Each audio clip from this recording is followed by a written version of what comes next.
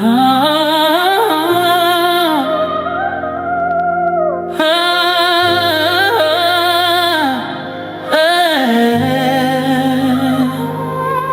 wind hums low through the cedar grove. Elder voices rise, ancient tales unfold. Stone paths whisper where their feet have tread. Truth stands tall where the doubters fled. Bear witness to the truth we hold. Through the ages, through the fire, through the stories told. Bear witness, the light won't fade. Elder Barawaki Ashia, their truths cascade. The stars align with the chants they sing. Time bends softly on the notes they bring. In their hands, scrolls of wisdom worn. In their eyes, the dawn of a world reborn. Truth is not a whisper, not a fleeting sound. It's the echo of the ages, the earth profound. Bear witness to the truth we hold. Through the ages, through the fire, through the stories told. Bear witness, the light won't fade. Elder Barawaki Ashia, their truths cascade. Through the deserts, through the storms, through the shadows, through the forms, the truth remains and never bends. The elders speak, the world ascends. Through the deserts, through the storms, through the shadows, through the forms, the truth remains and never bends. The elders speak, the world ascends.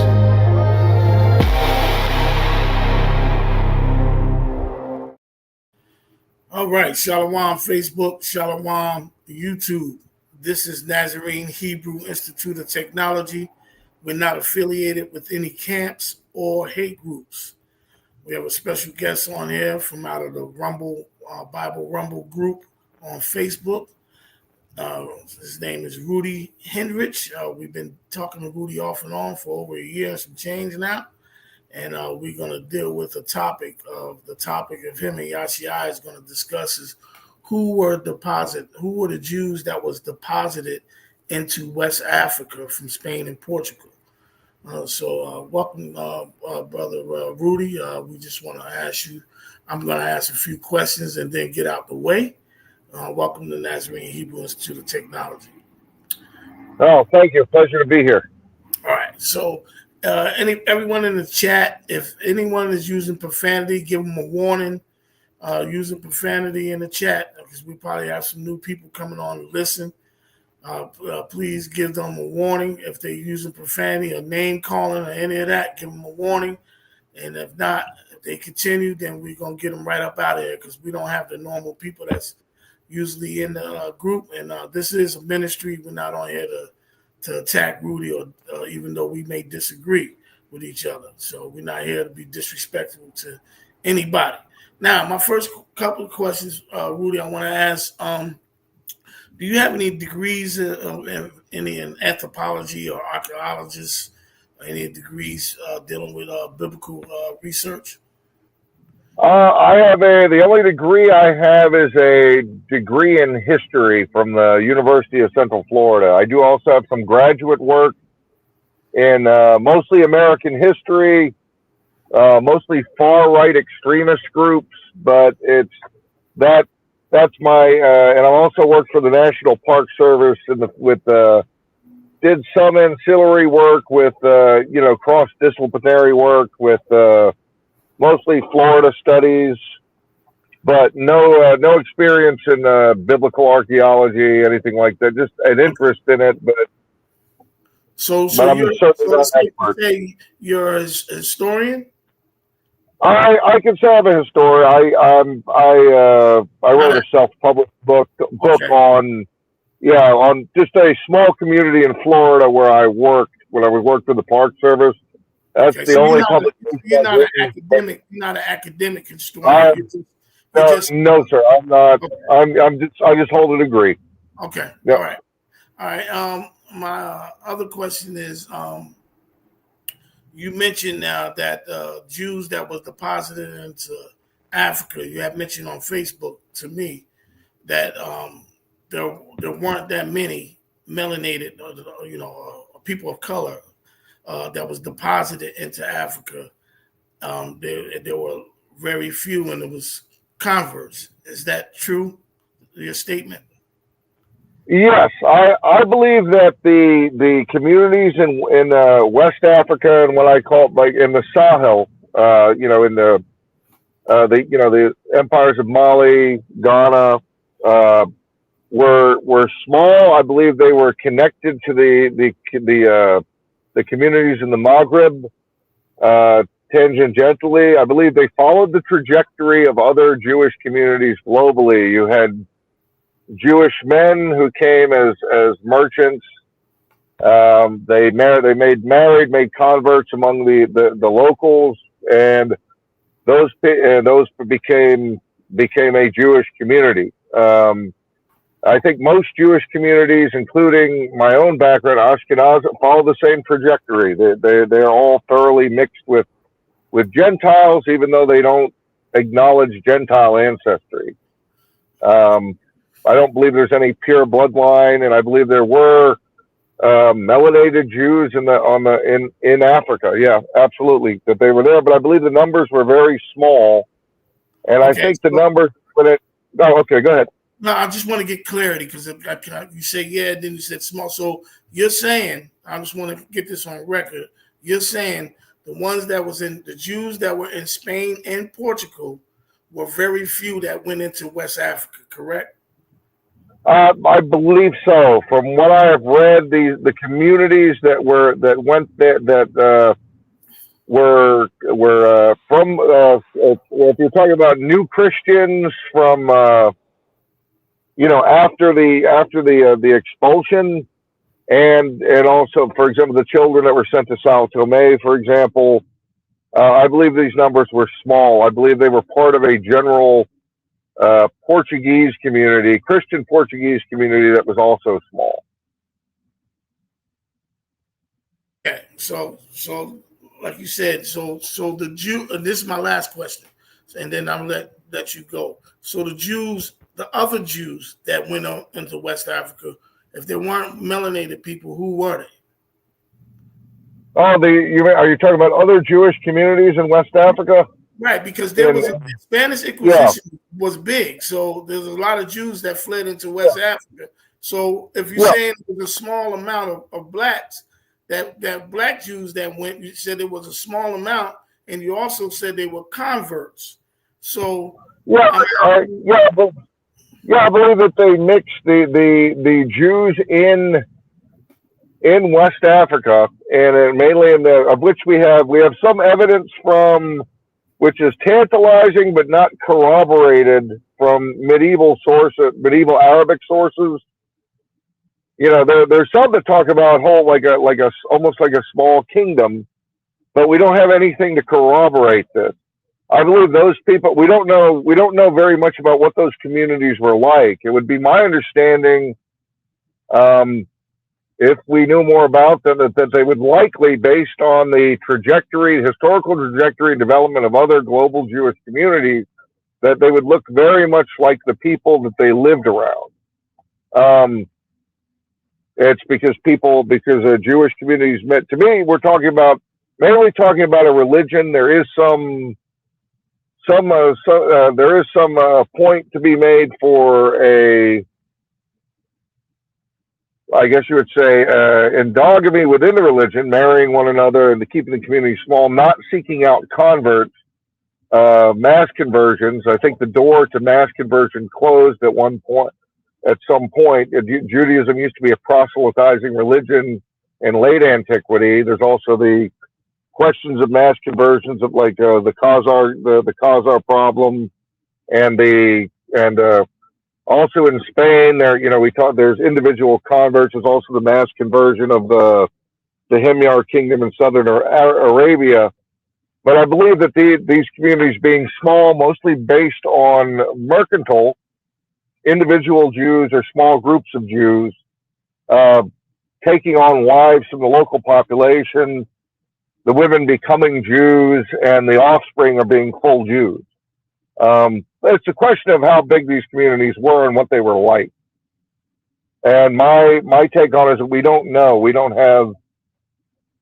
I don't believe there's enough evidence to establish that. In a Hebrew Israelite context, where there are people who claim descent from Spanish and Portuguese Jews, my encounter with that has been mostly through debating with B'nai Israel, if you're familiar with B'nai Israel, and I think Pastor Kelly, who they didn't want to discuss it with me because I just asked questions and they blocked me. And this was, I think, maybe 6 years ago. They didn't want to talk to me about it because I was coming at it from the point of view that it's just incorrect history.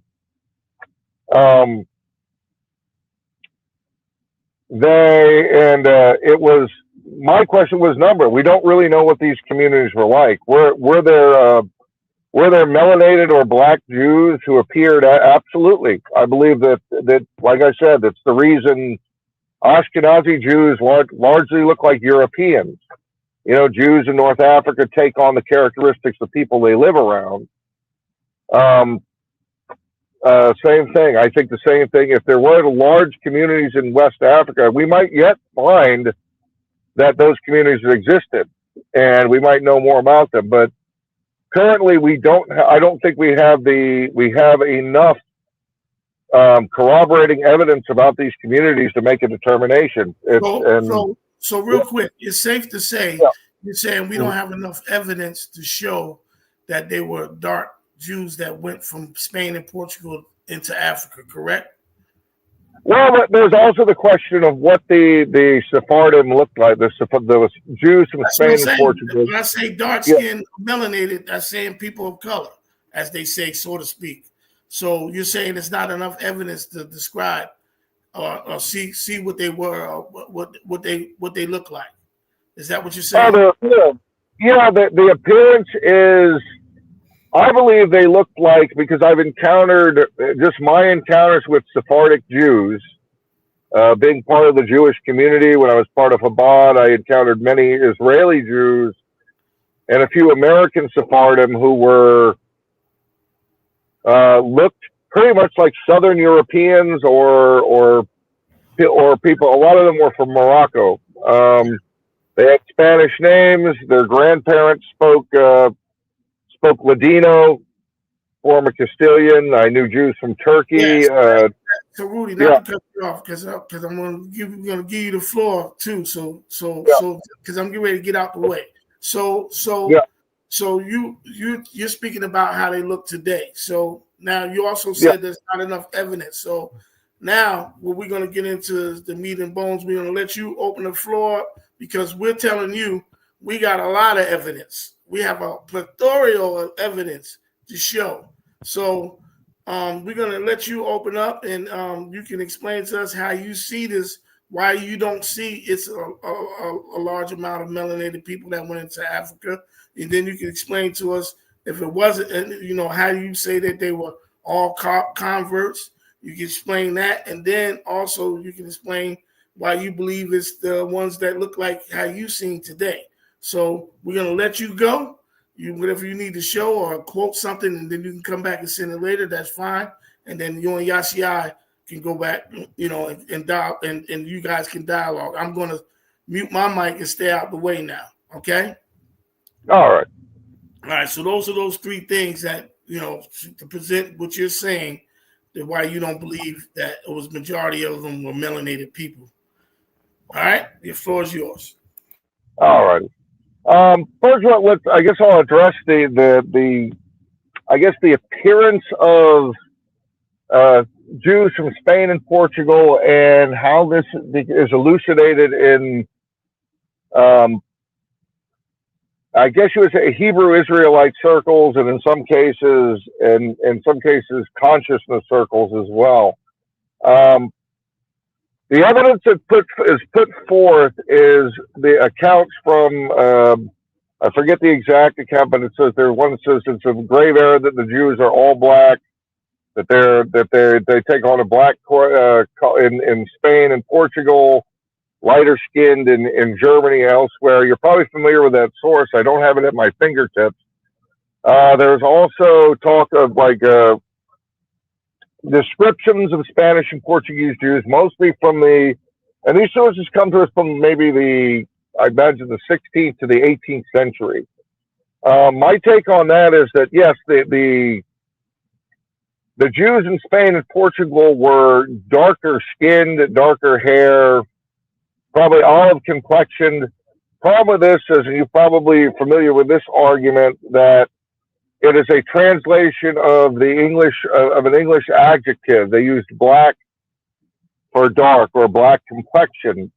Problem with this, it was a source from, I believe the name is Mackey, who talks about. He did some sort of gazetteer in the 18th century, and he's describing British aristocrats as being black complexion or dark brown or brown complexion. But we have corroborating evidence that mitigates against this because we have portraits, and these were English aristocrats that looked like Northern Europeans. So I think the problem was with the translation, or what the word black was used for as an adjective at the time to describe appearance. So even Northern Europeans of a darker hue would be described as black or black in complexion. That has to do with the appearance. As to what Sephardic Jews at the time looked like, we don't have a lot of descriptions. We have, for example, some people cite, they use the word Yahya bin Rabbi or Yahya Negro. And they said, well, he must have been, some people posit that he must have been melanated or, tropical African in appearance. I use the term tropical African because just to talk about equatorial Africa because of the appearance of most of the people in the middle belt further south.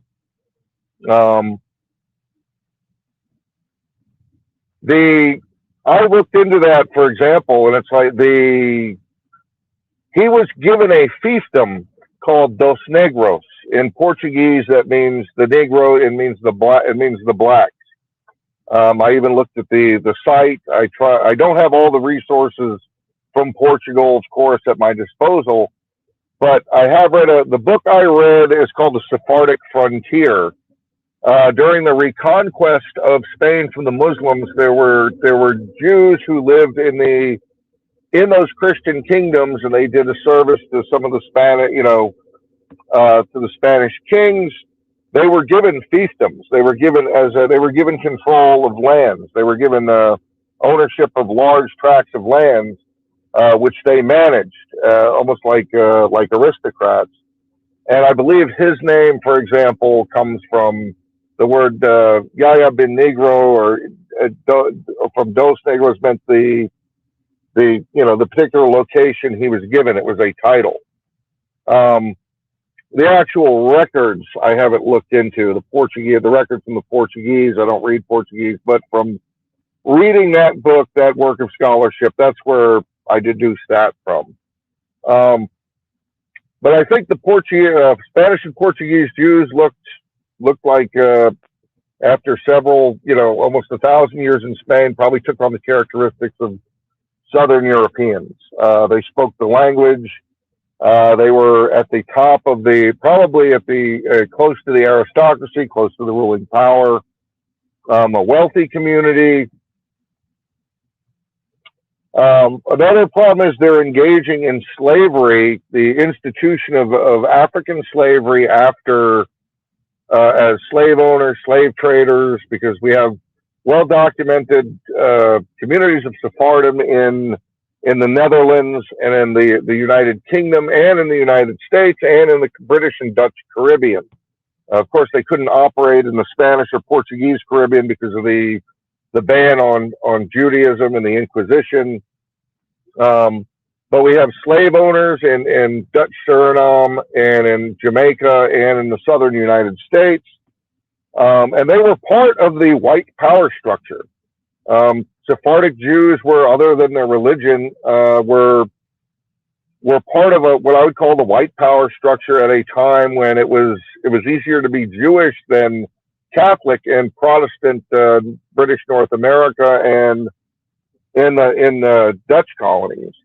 The problem is this doesn't square with the interpretation of worldview of some people in the Hebrew Israelite movement who claim descent from, or I won't say claim descent from, but make the proposition that the original Spanish and Portuguese Jews were black, unless it can be shown that there were two classes. And if we have corroborating sources saying that, there were two groups of Jews, one white, one black. I've heard from that, that there were descendants of Ashkenazi moved migrated into Spain. We have one source talking about Khazar convert, descendants of the Khazars, who I think it's from the 11th century, who were students of in rabbinical schools in Toledo. But that's it. Strangely, no one ever uses that to show an influx of Ashkenazim, even though there's no evidence that there were a lot. That addresses just the appearance. Some of my what I find problematic about the appearance of Sephardic Jews, I think they look like Southern Europeans. Secondly, the numbers of Jews deposited in West Africa. We have this children from Sao Tome. We have the one source, the source itself escapes me, but I've read it, where it says all the Jews were enslaved. We know about the children who were sent to Sao Tome, that there were 2,000 of them. They were sent to the island, most of which seem to have died from the conditions there. They were raised by Catholic families. And my take on that is we don't really know what happened to those Jews, unless we have sources that I haven't looked at saying where they went afterward. And of course, they were brought there as children and raised as Catholic. And there were also the small communities of Spanish and Portuguese new Christians, because they could not have lived openly as Jews in Portuguese colonies. But we also have interesting evidence that the Inquisition was there in Portuguese colonies, accusing certain individuals of practicing crypto-Judaism. We also have independent, the book, I read this book 3 years ago, Horta and I think Mark, and I forget the title. I don't have the title at my fingertips, of course, but having read it, it was a group of either new Christians who had reverted to Judaism operating out of Senegal, in the weapons trade, minimally involved in the slave trade and other trades. And they took African wives. Those African, they also went to, ended up going to the Jewish community in the Netherlands, in Amsterdam, where there are reports of Jews who are of mixed origin. I believe the cemeteries there, I watched two presentations academic presentations by people who had studied the community, but that was some time ago. You might have seen the same presentations, but they were buried in separate cemeteries. There was a degree of racism against their offspring, and they were buried in a separate cemetery. But there were also, Yeah, I believe there were melanated Jews, and I believe there were black Jews. But I believe that these were these were results of the admixture of Spanish and Portuguese Jews and new Christians who reverted to Judaism, who married with wives in equatorial Africa, and their children were regarded as Jews. In short, that's my take on the my or the but All right. I'll give you the All yep. right. So I want to say this before I let Yashia go real quick, Yashia. All praises to everybody coming in the chat. Shalom family. This is definitely a blessing to see everybody in the chat. So I just wanted to acknowledge everybody by saying Shalom. Also, I want to say, Rudi, we heard your presentation.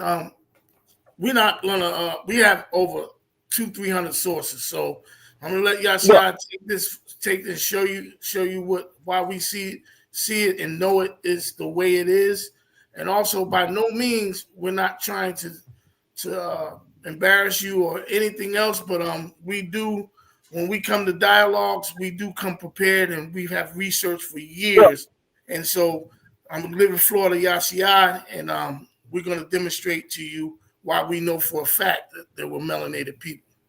Yashia? Shalom, chat. Israel, turn up. All right. So, Bear, why can you pull that the email up I prepared?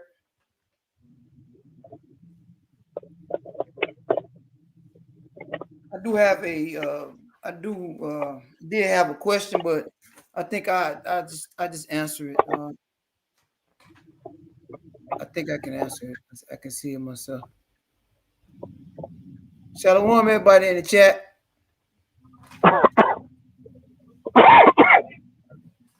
All right, Yashia, can you see the screen? Yeah, it's Jeremiah's not here yet, huh? You might need to blow yours up. What do you need? Yeah, I need to blow this up some more. If you can, I might be able to blow, but you should be able to blow yours up. I'm trying to blow it up, but I can't really see it yet. How about now? Let's see. Hold up. Still can't see it? No, we'll I get just blew mine up. You still can't see it? Not really. Let me see. Well, then there's something on your end you got to do there because the screen is blowed up big now. Oh, I think I know what it is. It's these two screens on here. Hold on a second, everybody.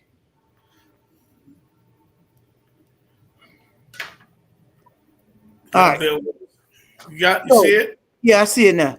All right, good. We don't got yarn yet, so I'm gonna start reading. All right, everybody, I want y'all to hear this. We're gonna start off with this.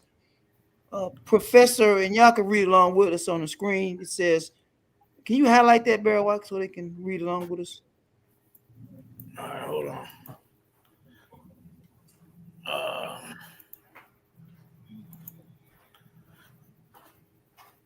Right here?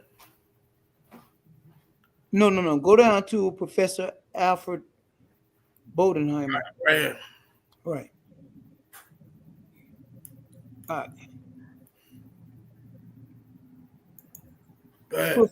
Professor Alfred Bodenheimer stated that British rabbis were already aware in the 1840s that there might be descendants of the 10 tribes in the Niger Delta. And so the whole theme of this message is we're trying to ascertain who was deposited during the Inquisition in Western Africa. Who were the Jews that were tossed out of Portugal during the Inquisition and shipped to Western Africa? Now, our guest, Mr. Henrich, had stated that he thought that they were this was a mixed congregation, and he didn't. There was no definitive evidence that these Jews were of a darker hue. So we're going to provide y'all with a lot of sources, but this first thing is there were a lot of extenuating circumstances where I think y'all are going to know uh, who we're talking about, because prior to them getting to Western Africa, it was a lot of European contact with the Israelites that were coming out of Spain and Portugal. And let me make this 1000% clear for everybody that is listening. There is no tribe of Israel named Iberians.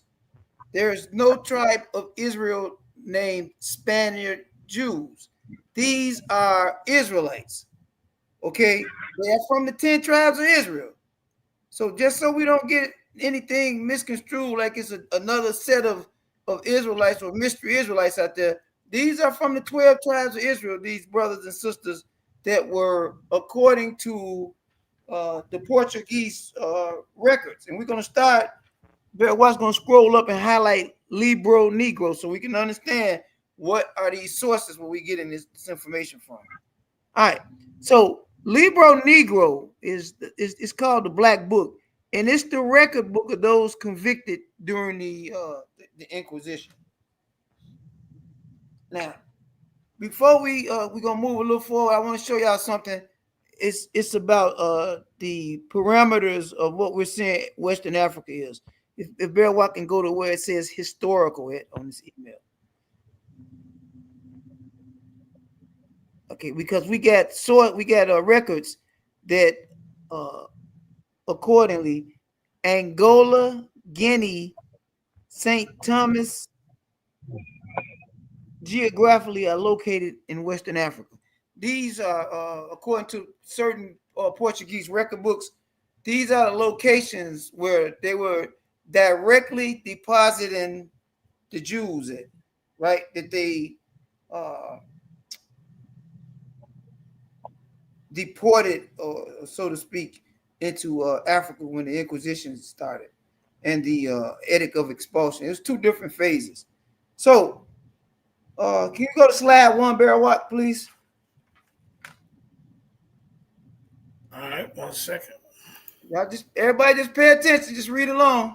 Yeah, they coming up. It's gonna be a lot of interesting stuff to go fact check. And I guess Shafara putting stuff in the chat. I gave her about 20 sources to put in the chat. Ancient records. Some of them are old, very old, where people made a clear and concise account of the different parts of Western Africa that the children of Israel were practicing in, where they were at all throughout Africa. There were slide number 1, Bear Rock. It should be what's the title? Primary sources: Jews being black.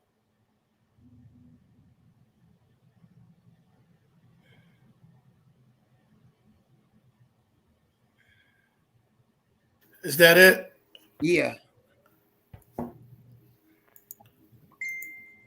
right. So I know more. These again are primary sources for all of the scholars and the Sambos that's out there. It's going to attack this. Number 1 is Samuel Usk. Samuel Usk. He's a Sephardic Portuguese Jewish. That means Portuguese Jewish writer who escaped Portugal's persecutions and wrote about his people's appearance. All right. He said, the Jews of Portugal and Spain are known by their color, which is dark, like the Moors, among whom they have lived so long. Go to the next one. Primary source number 2 is Mr. George Best. Best was part of Martin Frobisher's expedition and compared the blackness of certain Iberians and Jews. The Jews, the Moors, and the black Spaniards are descended from those of Africa, and by reason thereof are black. That's George Best. And these sources are from the 16th century. This one is from 1578. Go to the third one, I believe it is. This is a 17th century European observer. It says writers like John Pori and Edward Long also repeated older claims that Iberian Jews had Ethiopian or Negroid features from long residence and in a mixture in Africa. Watch this. The Jews in Portugal are generally swarthy as having been long. What's that word? I can't actually see that word. Is that conversant? Conversant. Yeah, with the Moors of Barbary. That's from John Pori. All right. Go to the next one, bro. This is the fourth source we use. These are primaries. Oh no, that's another one. That's fine. So those are three sources that we just use. Quick sources. It's gonna be a lot more for that portion of the teaching. Now, Bear Watt, can you do us a favor? I just need you to read this and define the word swarthy. Where on the screen here? Oh, you sent it and you had the definition. Oh man, yeah. I gotta find it, man. We'll skip around. Yeah, we'll go back to that. But for the record, we want to put that out there because some people say swarthy. Swarthy sometimes always means white later down the line, but the root word was swarthy. Well, let me find it though, because we want to get the source for that. Right. Yeah. Huh? Oh yeah. The root word in German, Schwarz or Schwarz. Yeah. Right. So means a lot of people get misconstrued though sometimes when they use it. You know, they say, "Oh, that always means white," and that's not the case, though. That's not the case, and we got the root word and the history of that to show that. But yeah, keep going, yes, yeah. Yeah, right. Pull the email back up, please, while you're trying to find the swarthy.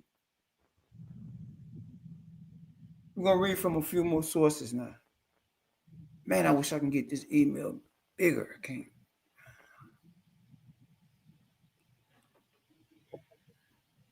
Just a second.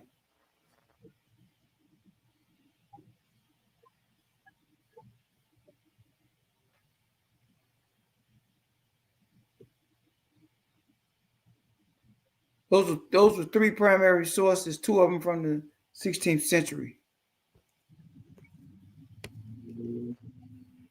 What's next? All right, so you're going to scroll down to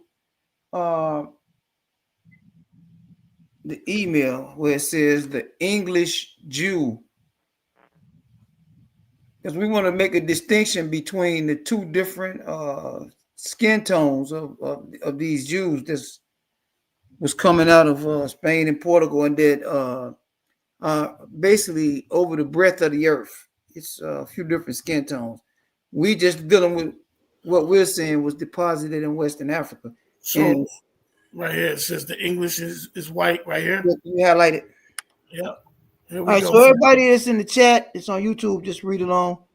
It says the English Jew is white, the Portuguese Jew is black. So that word black, I don't believe that we're mistaking it. I believe that it means, in fact, I know that it means dark skin complected. And that comes from the Encyclopedia or Universal Dictionary of Arts by Abraham Rees, 1819 AD. All right. We're just making a distinction between black and white, and we're going to have swarthy pulled up in a second. All right. Scroll down to J.A. Rogers where it says, "So dark were the Jews." Right there. Can you highlight it? This is J.A. Rogers, acclaimed author.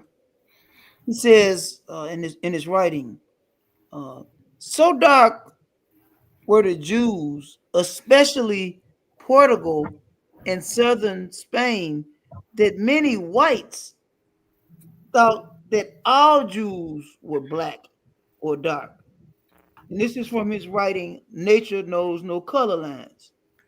And so he is saying that before they even got deposited in Western Africa, the people up in Europe thought that all the Jews was black at this particular time when that statement was made. All right. Same Now, thing too. The prophet said too. yeah, we Just got. for the record, we got him on record saying that live. Now, I want to define the reason, and everybody that's listening, please, this is no slight on no other member of the human race. This is an absolute fact, what I'm about to share. First thing we want to know is that Western Africa, during the Middle Ages, during the time of these visitations from the people out of Europe, Western Africa was known as the white man's grave. Everybody write that down. If you are not familiar with world history, it was known as the white man's grave. And I'm about to give you the primary reason why we know without any doubt that it was people, our ancestors, that was in Western Africa. The word malaria. I am going to define that, and Safari is going to put that in the chat. It is a mosquito-borne infectious disease caused by parasites of the genus Plasmodium. Are y'all listening? It was annihilating the Europeans when they came over during slavery. They could not at that time have existed in Western Africa. It is an absolute impossibility, along with that tropical environment and their lack of melanin. Absolutely impossible. All right. I have the Now, Swarthy too. Y'all see, I found it. we have Verwax located the definition. I'm gonna read it, y'all see, because I don't want to mess this up coming out. It ain't a whole lot. So this, and if anybody needs this source, you, Rudi, or whatever, we'll send it because we didn't get a chance to show it on the screen.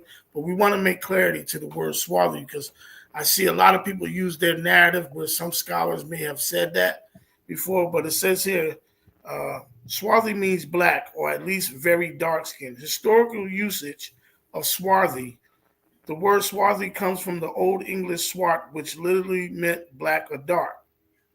In Middle English, 1100s to 1400s, swart meant black in color like soot, coal, or night.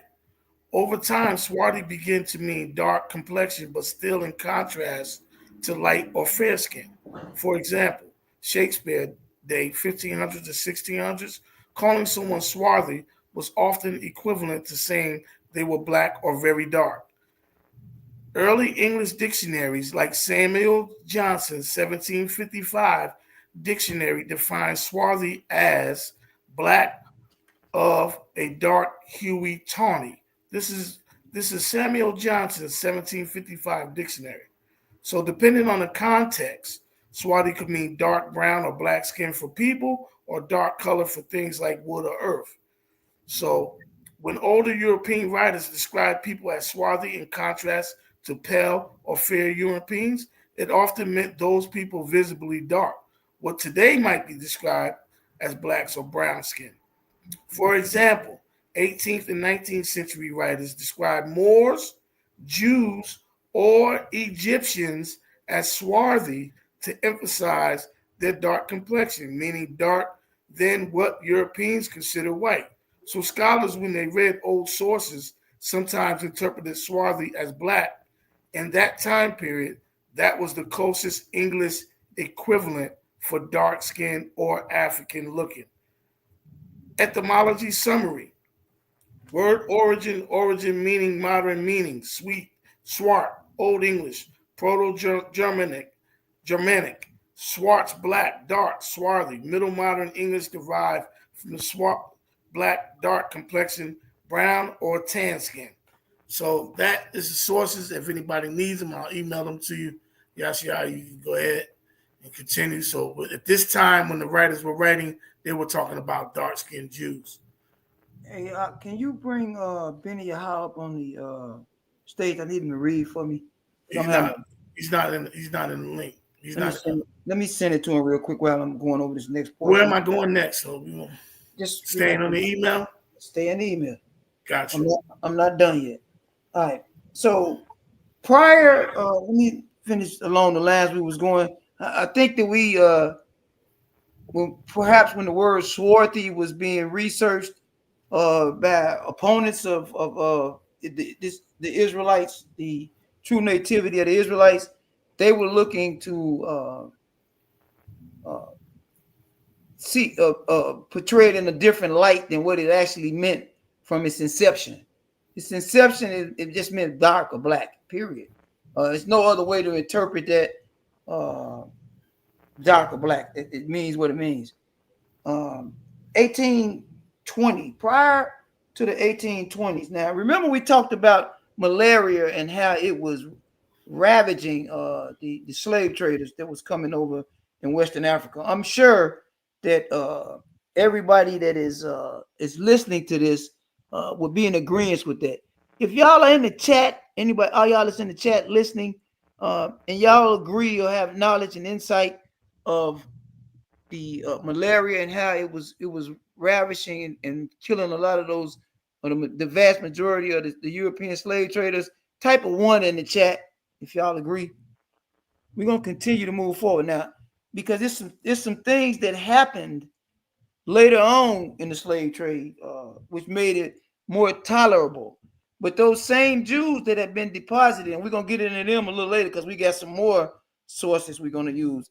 Those same Jews that had been deposited in the Western Africa, they didn't have any problems with any of this. The vast majority of ones. So let's say the ones that the sources said were black before they went over into West Africa, before it was any admixture or any of that, as everybody likes to run to and say. So in the 1820s, I want everybody to meditate on this, and I want our guests to meditate on this. Prior to the 1820s, were white Jews in Western Africa before quinine from the cinchona bark and other treatments? These are the medicines that they came up and found and discovered, which allowed them the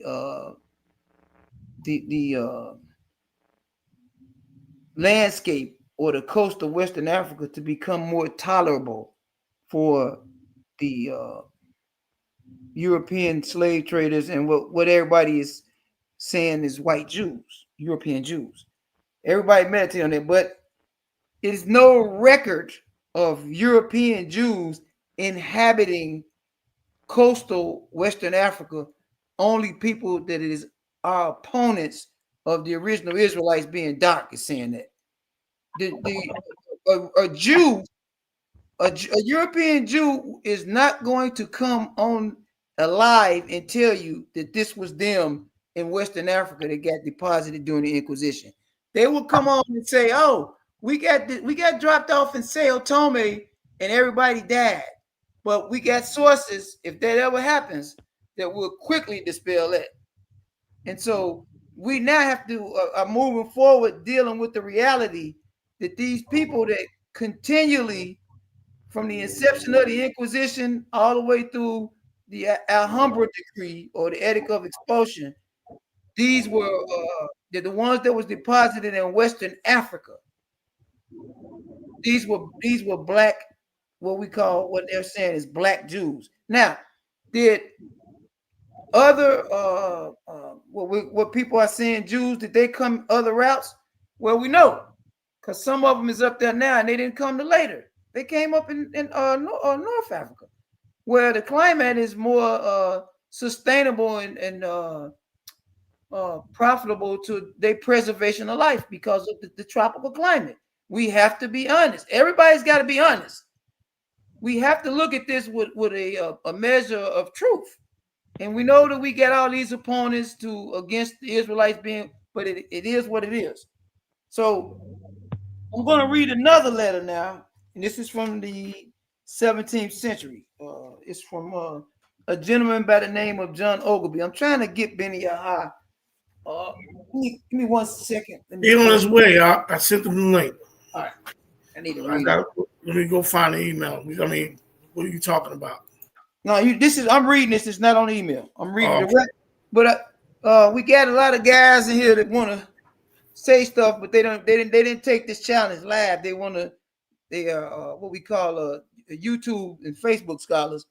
They didn't take the chance to come on here and promote their belief. And they are so busy debunking everything that they're not even reading what we're promoting. This is a calculated path the way that this is being presented, so it's clear to everybody what's going on. The people that got deposited during the Inquisition in Western Africa, those was what we can.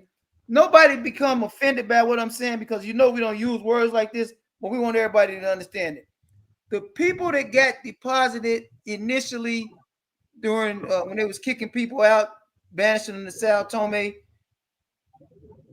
the vast majority of them, because it was some European Jews that was perhaps a part of this. I believe I read something like that.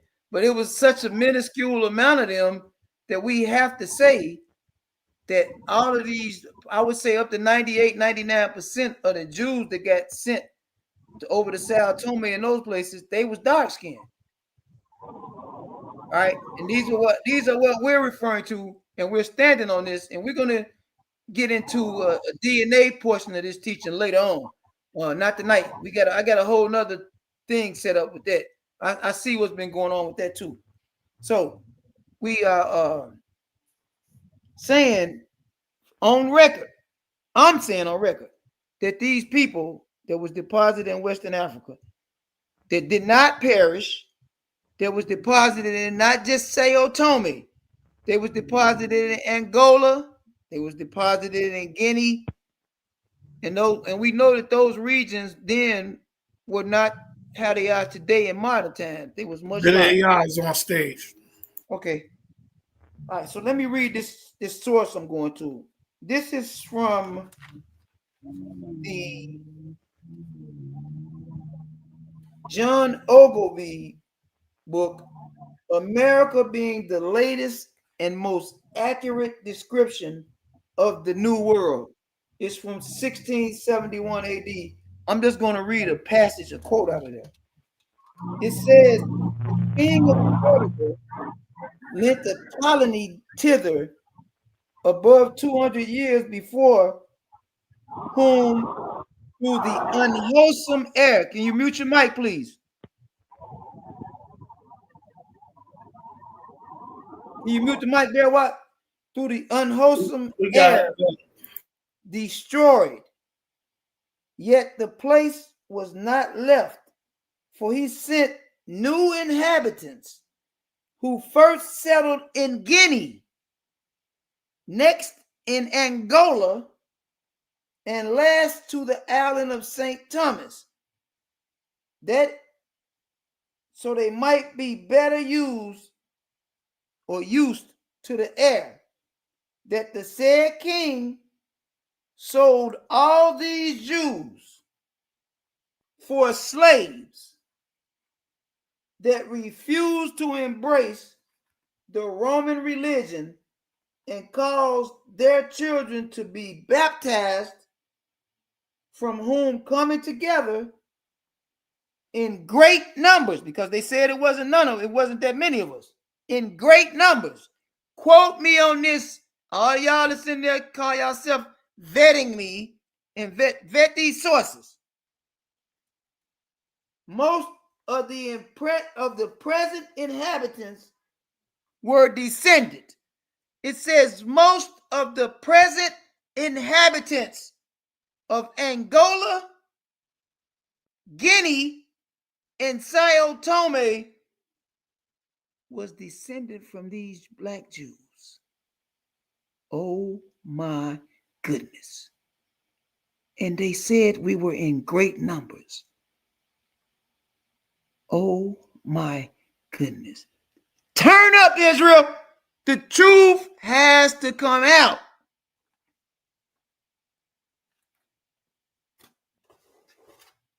We're going to have Benny Yahya read something real quick. Can you go to We're still in the email. go to slide number 2? Oh, we're back to the slides. Okay. She posting a lot of information in the chat. If y'all are being edified in the chat, type a 2 in the chat right now. Yeah, let's move on, man. We in slide 2. Hold on.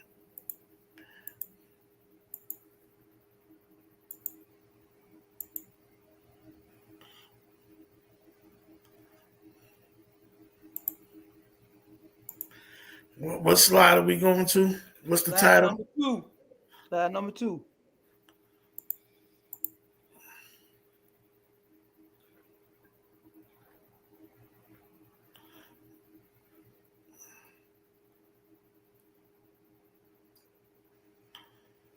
It says that they was there in great numbers. Now all we have is naysayers telling us that it was a small amount. Which one? Creation of European Jews? No, false narrative. False narrative. This is really important right here. They pray they look at this. All right.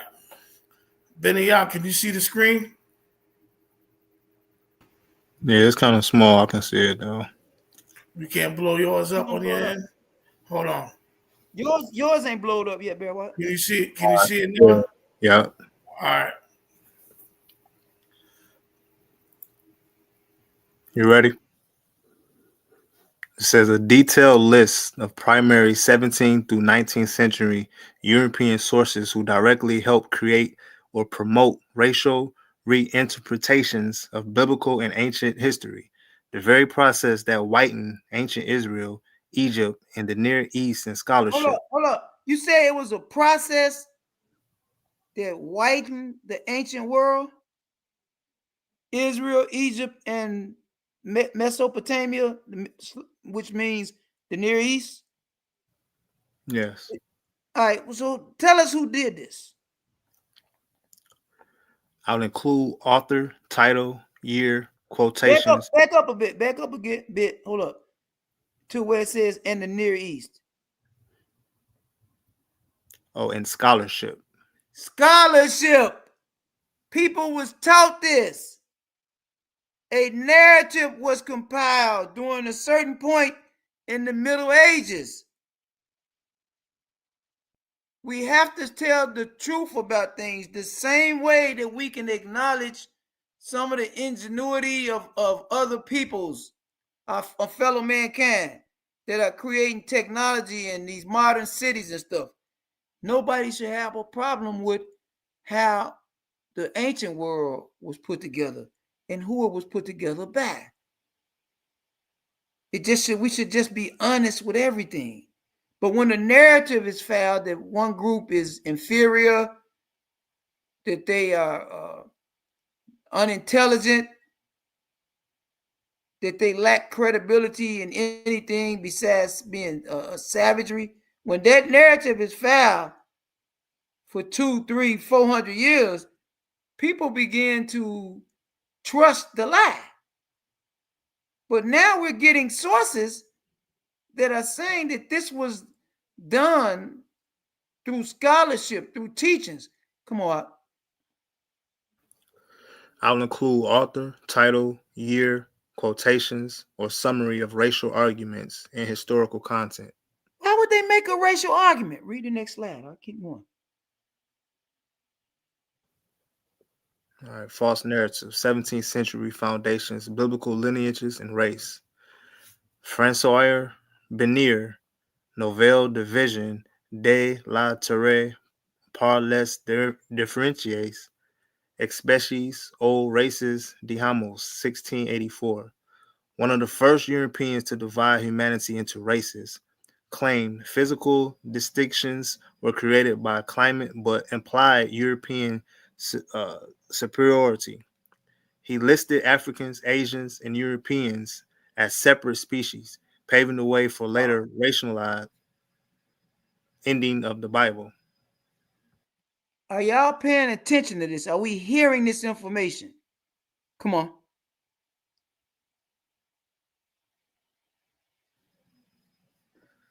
It's like it's been a total role reversal. It's been a role reversal in history. We're not talking about modern times. We're talking about right now, back then. Back then. The achievements in the ancient world. This is why everybody is promoting a lie over in Africa that the pyramids was built by the Arabs that's over in Africa now. And that's not true because we know when they arrived over there. We know that there was several invasions from Greeks, Romans, allegedly from the Shepherd Kings, Persians. Those brought in admixtures of blood. Remember, at the end of the day, you can't tell us that Ham is so-called the Negroid race, and then all the achievements that was allegedly made by Ham came from Japheth, or that Japheth has now appropriated all of the achievements that come from him. That doesn't make sense. Come on.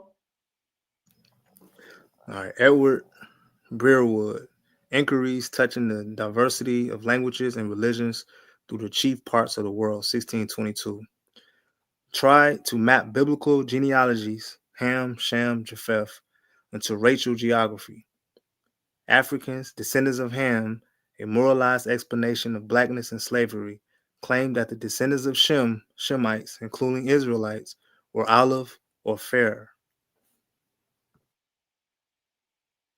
Why would they think that when all of the ancient accounts, the more older accounts, all say that they was dark? Why? We didn't say that people didn't convert to the ancient children of Israel's teachings. We didn't say that. We said that the ancient Israelites themselves, like that entire region that they come from in the ancient past, those were dark people. We know that it was a lot of admixtures going on through invasions and stuff. We know that. This is how DNA was carried back to other parts of the world that seems like it's been over in the ancient world for a long time, but nobody's meditating on this. Nobody is meditating on the fact how long it's been since we've been in our land versus the people that are now inhabited in the land have been in there. Nobody's talking about none of this. All those admixtures of blood.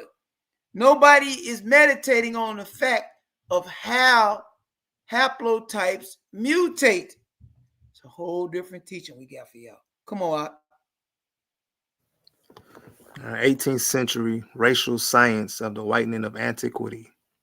Johann Friedrich Blumenbach, De Generis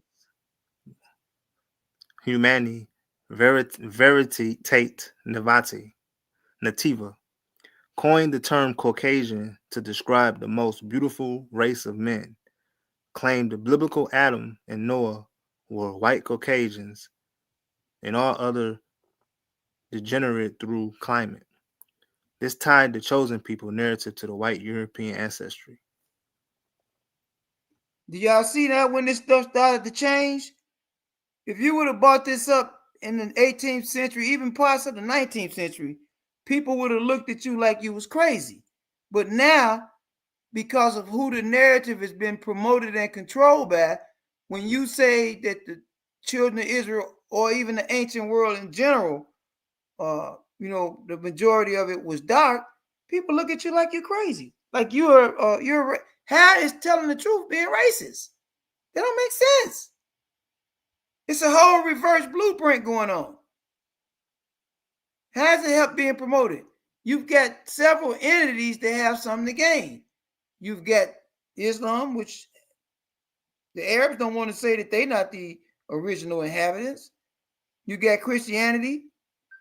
They don't want to adhere to the Greek Roman situation. They want that to be true. So they have to go with that doctrine. As sad as it is, they've been taught that they are Gentiles. Come on. Edward Long, The History of Jamaica, 1774.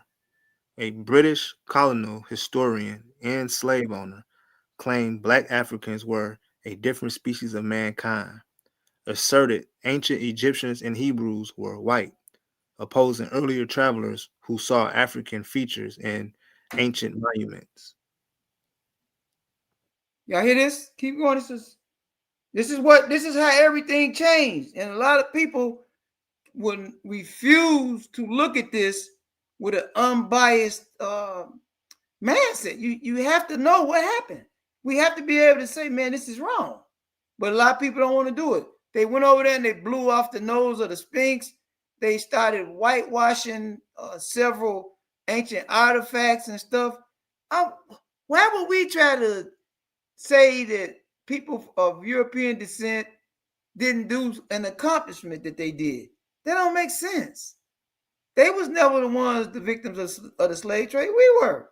We the one had everything stripped, including everything was stripped. Everything. Y'all got to meditate on it. Come on. This ain't about that. This is just about the truth right now, though. Come on. What was the last one? You want me to go to the next slide? Y'all see how that was the last one? Go to slide 3. We almost done, everybody. I wanted to keep this tight. We got too many sources. That's why we putting stuff in the chat. It's just too much stuff. Right here, right? Gave me another bucket of sources. Right here. Yeah. No. Slide number 3 is primary sources of Jews being deported from Iberia to West Africa. And the slides? Yeah. Okay, hold on.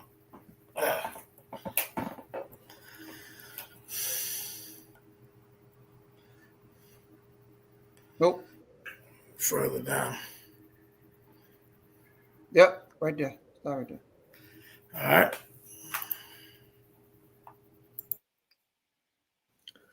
All right, primary sources on Jews deported from Iberia into West Africa.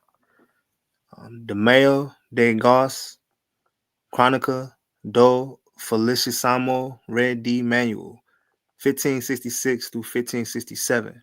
Portuguese royal historian describing what happened under King Manuel, King Manuel I, who ordered Jewish children to be exiled.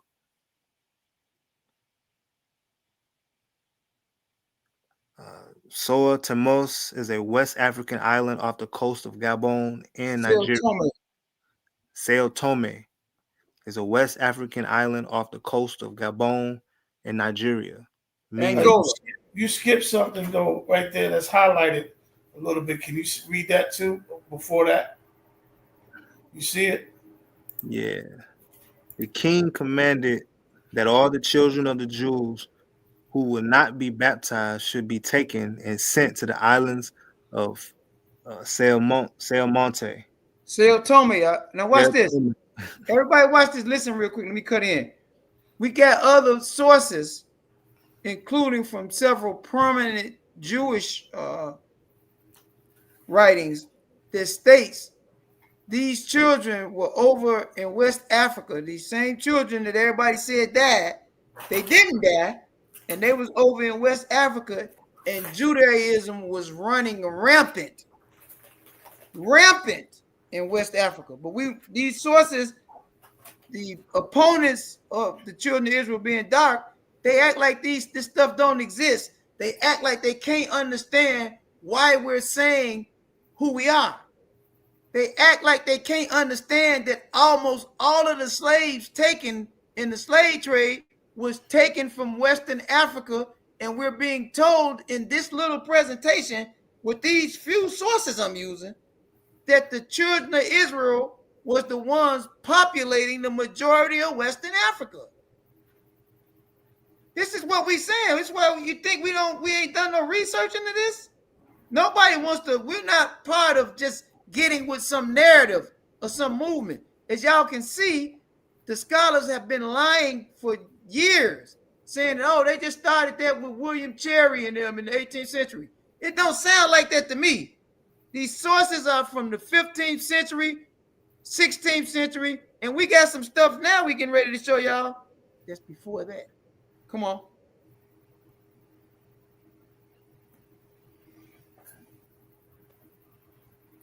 Valentim Fernandez, Description of the Coast of West Africa, 1506 to 1510. How y'all like that? Come on. A Lisbon-based writer who described the Portuguese trading settlements along the West African coast. Now, everybody noticed that these sources are primary sources, and they are from the area in question where we're saying that the Jews were taken from, and it is intimately connected to Western Africa. And if you are one of these people that descend from the slaves, you need to look in the mirror and be proud. Come on. He noted that many new Christian converted Jews were already living and trading in Ghana and Cape Verde, blending with African populations. Keep going. Highlight it for me.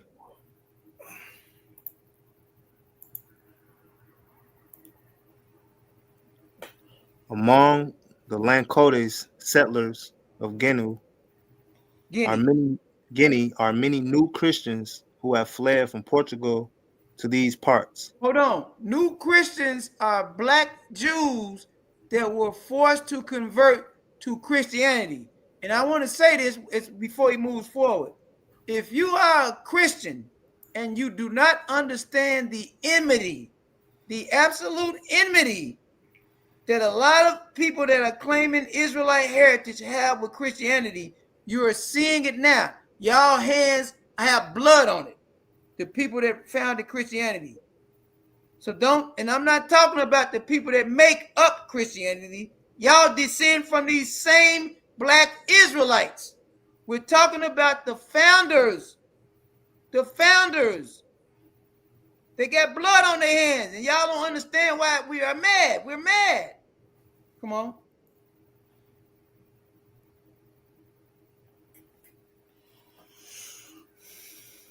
Joa de Barros, Decades de Asia, 1552. Barros, a Portuguese historian, wrote about the origins of the population of Sao Tome and Principe. To this island were sent many children of the Jews who had been expelled from Portugal. Remember, they said they was black. Come on. That they might people it.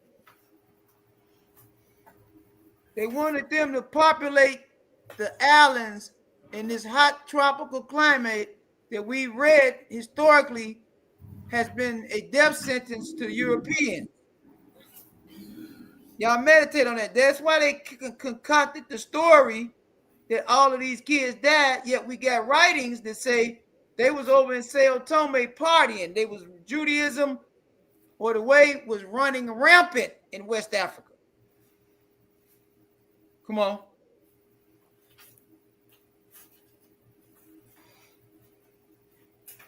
Leo Africanus, Description of Africa, 1526. Uh-oh. Come on. Leo Africanus, an African-born scholar who lived in Spain, confirmed that many Jews expelled from Iberia fled into North and West Africa, including the Niger and Timbuktu region. Oh my goodness. That's Mali all up through there. This Niger River. What does this Niger River continually have to do with these Jews? It didn't say that they came over and mixed it. It said that they came over and this is where they was at. They started mixing with some of them when they got over there. They was already black when they came over there. Beyond the rivers of Ethiopia. Beyond, we got a video out on that. Beyond the rivers of Ethiopia, part 6. Now listen, everybody. Y'all ought to be walking around in front of the mirror with y'all chest poked out because they've been lying, saying, "Oh, them wasn't Jews. Them wasn't what? Who are they? They was already black when they came over there. This is not no knock on other people that claim Jewish heritage. We just telling you that the ones that got deposited in the Inquisition in Western Africa, we claiming that almost all of them was dark. Because for y'all to say that y'all believe these was white people or the European stock Jews, you're gonna have to show us. You're gonna have to show us where they put chains and nets on them and took them across the Atlantic Ocean and brought them over and populated the so-called New World. When y'all get some sources on it, we will sit back with y'all and go over it. Until then, miss us with all that. Come on. Many of the Hebrew nation expelled from Spain, The Portugal, Hebrew nation, come on, have passed into Africa and spread themselves through all the land, even to through how Timbuktu. much of the land?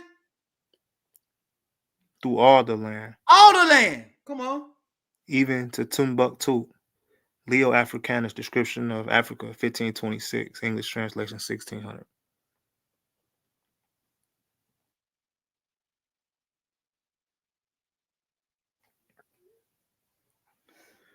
I will show you where this information comes from and which scholars have directly discussed how European colonism in 18th, 19th century racial science distorted the history of Israelites and Africans. Let me just bring y'all up to speed. We're almost done, everybody. Just hang on a few more minutes. First, the colonization was done through Christianity. It was done through Christianity. Now, everybody take a second. Stop thinking we're attacking y'all. We're trying to educate our people. It was done through Christianity. Come on.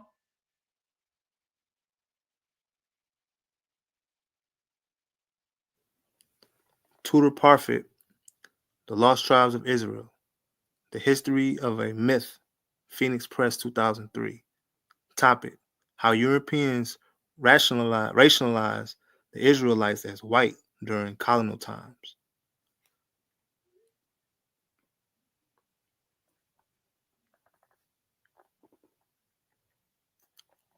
By the 18th and 19th centuries, European scholars increasingly sought to appropriate the Israelites as their own racial ancestors.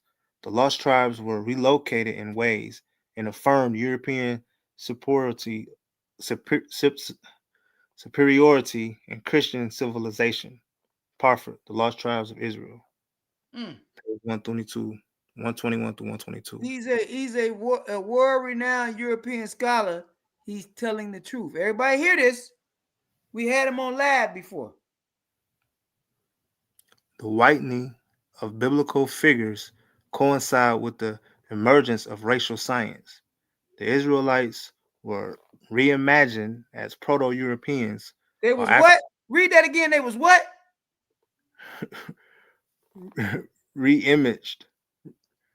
Reimagined as Proto-Europeans. Wow. Come on. While African claims to Israelite descent were dismissed as fantasy.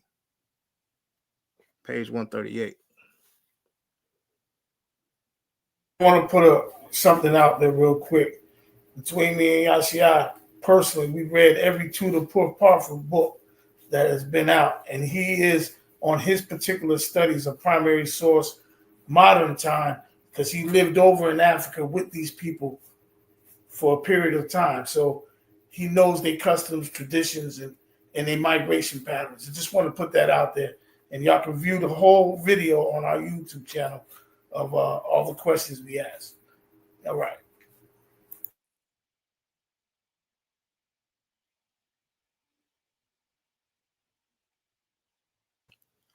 Tudor Parfit, The Lost Tribes of Israel, The History of a Myth, Phoenix Press, 2003.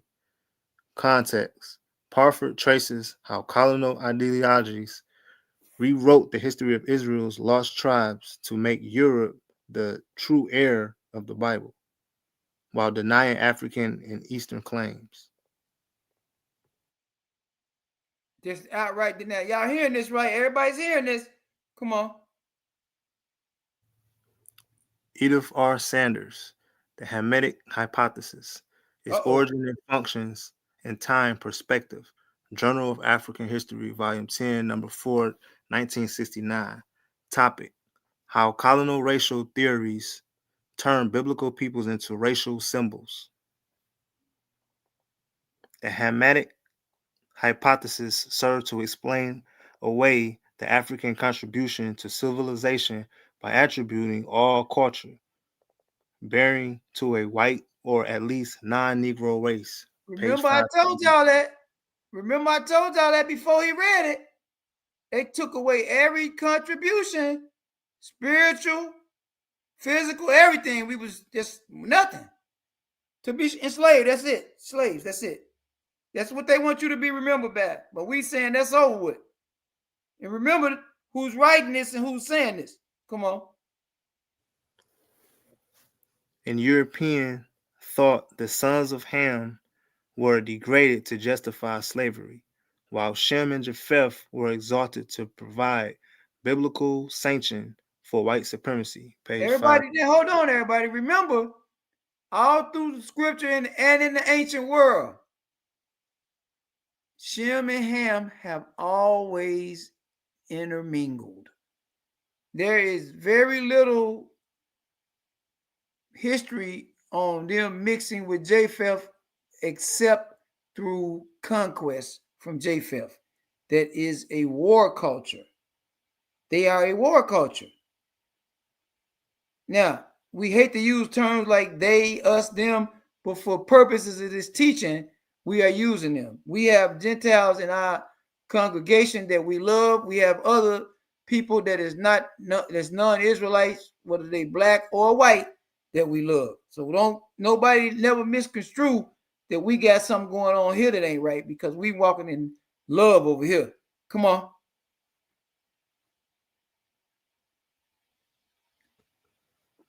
Hold up.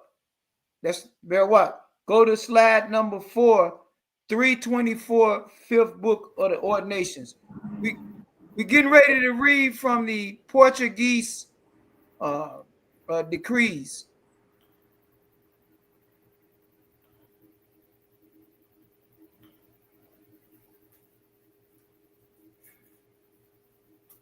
Might be the last one he made.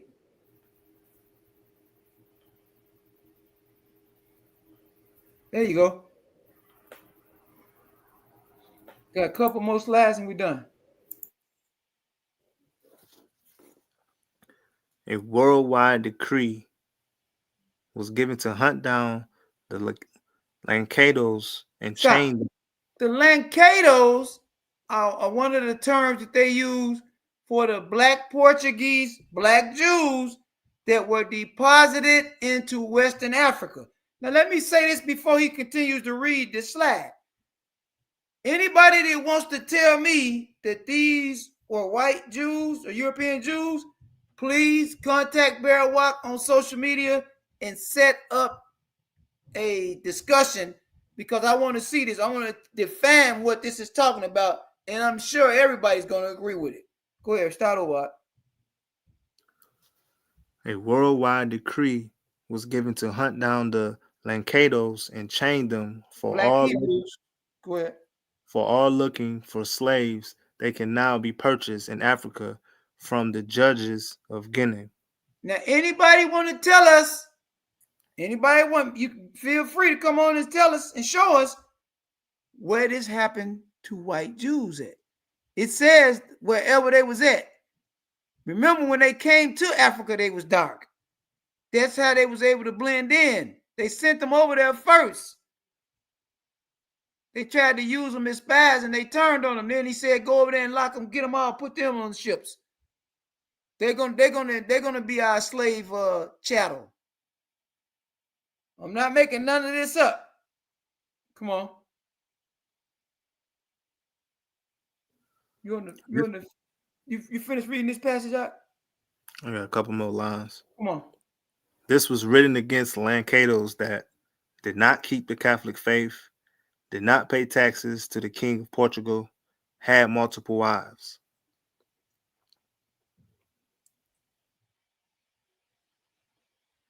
Slide number 5. It's the last slide. Now, after all of this happened, listen to this, everybody. I'm finna share the narrative with y'all. What'd you say? Y'all go where? I'm going to slide 5, but I'm sharing this narrative now. At some point in history, during the time of the Inquisition roundabout, the black Jews, the ancient Israelites, were shipped from Spain and Portugal to get them out of there in the portions of West Africa. those that didn't pay the exorbitant extortion fee and didn't convert to Christianity. All right, because they figure that they can control you when you convert to Christianity because it's a religion. All right, so they sent them into Africa, and then once they got them all in Africa, they turned on them and they started enslaving them, and they started using them to promote the things that built up the European world today. Let's say that's another teaching. When all of this was going on, it appears that the remaining people of the Jewish faith simply stepped right in, and then they, instead of being part of the faith, they became the progenitors of the faith, and that's not adding up with accurate history. Come on. It should be in the slip there. Creation of the European Jew. Is that the first slide, or is it one before that? Keep going, like it might be another. It seemed like several of them.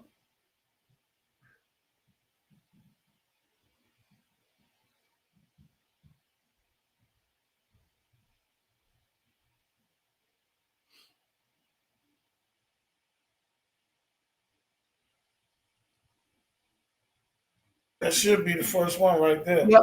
Go ahead. James Sidbury, Becoming African in America, Race and Nation in the Early Black Atlantic, Oxford University Press, 2007. Topic: Early Black thinkers reclaimed the Israelite identity that Europeans tried to monopolize. In, Wow. in rejecting white claims to Israelite descent, Black writers turned biblical history upside down, restoring Africans to the center of sacred history from which racial science had expelled them. Whiteness itself was partly constructed by appropriating sacred ancestry by defining Israelites, Adam and Noah, as white progenitors.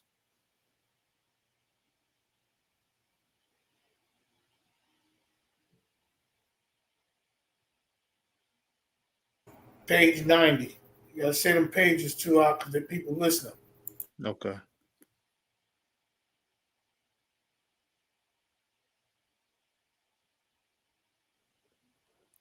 Benjamin Brodé, The Sons of Noah and the Construction of Ethnic and Geographical Identities in the Medieval and Early Modern Periods.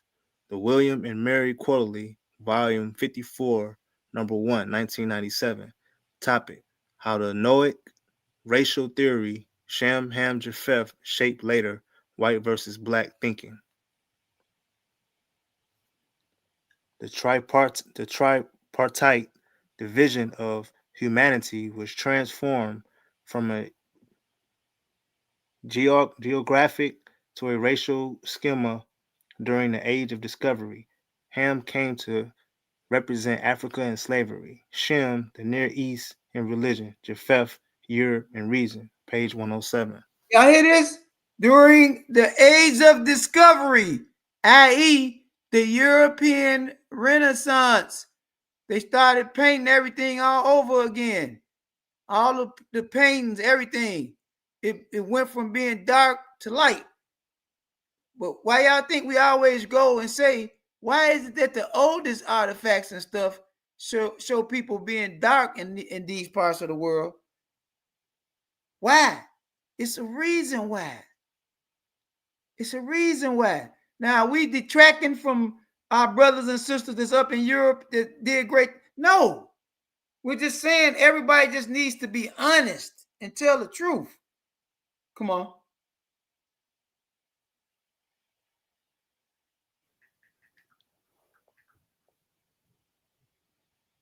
This shows the origin of the false separation of white Hebrews versus black Africans in European theology and anthropology.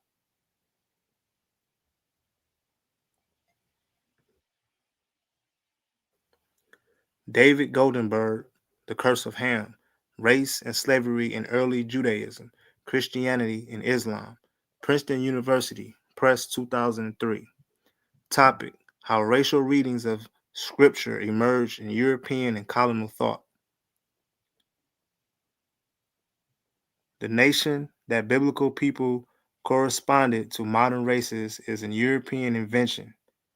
It arose in the What? early. Read that again. A what? The notion that biblical peoples corresponded as modern races is a European invention.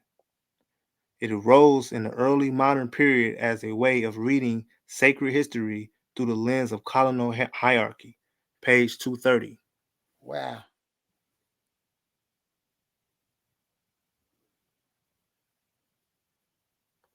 Summary of scholars' consensus. Scholar focus key point. Parford, lost tribes and racial myth Europeans, whitened, Israelites during colonism.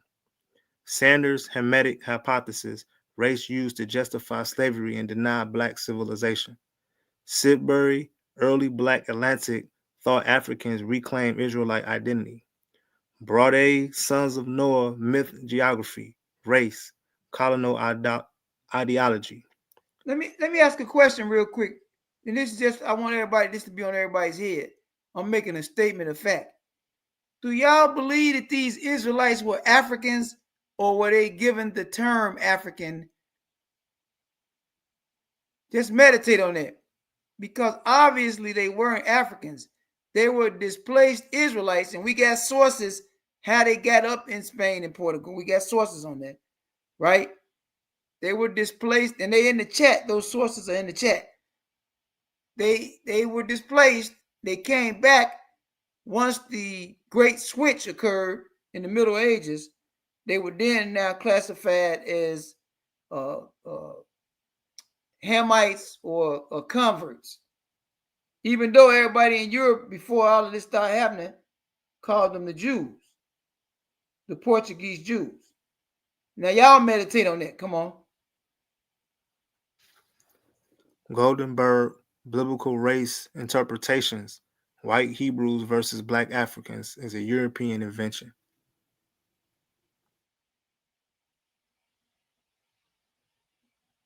All right. That was the last one. Now, here's what we have to say about that. We got a whole crate of sources. We didn't need to do overkill, but for every argument, there seems to be multiple sources to dispel it. My advice is I would caution everybody to look into these sources. Don't go into looking at these things to prove how you see it. Just look at them to see if there's any truth to it. And I'm sure, at the very least, people will be able to understand why we feel the way we feel, even if you don't agree with it.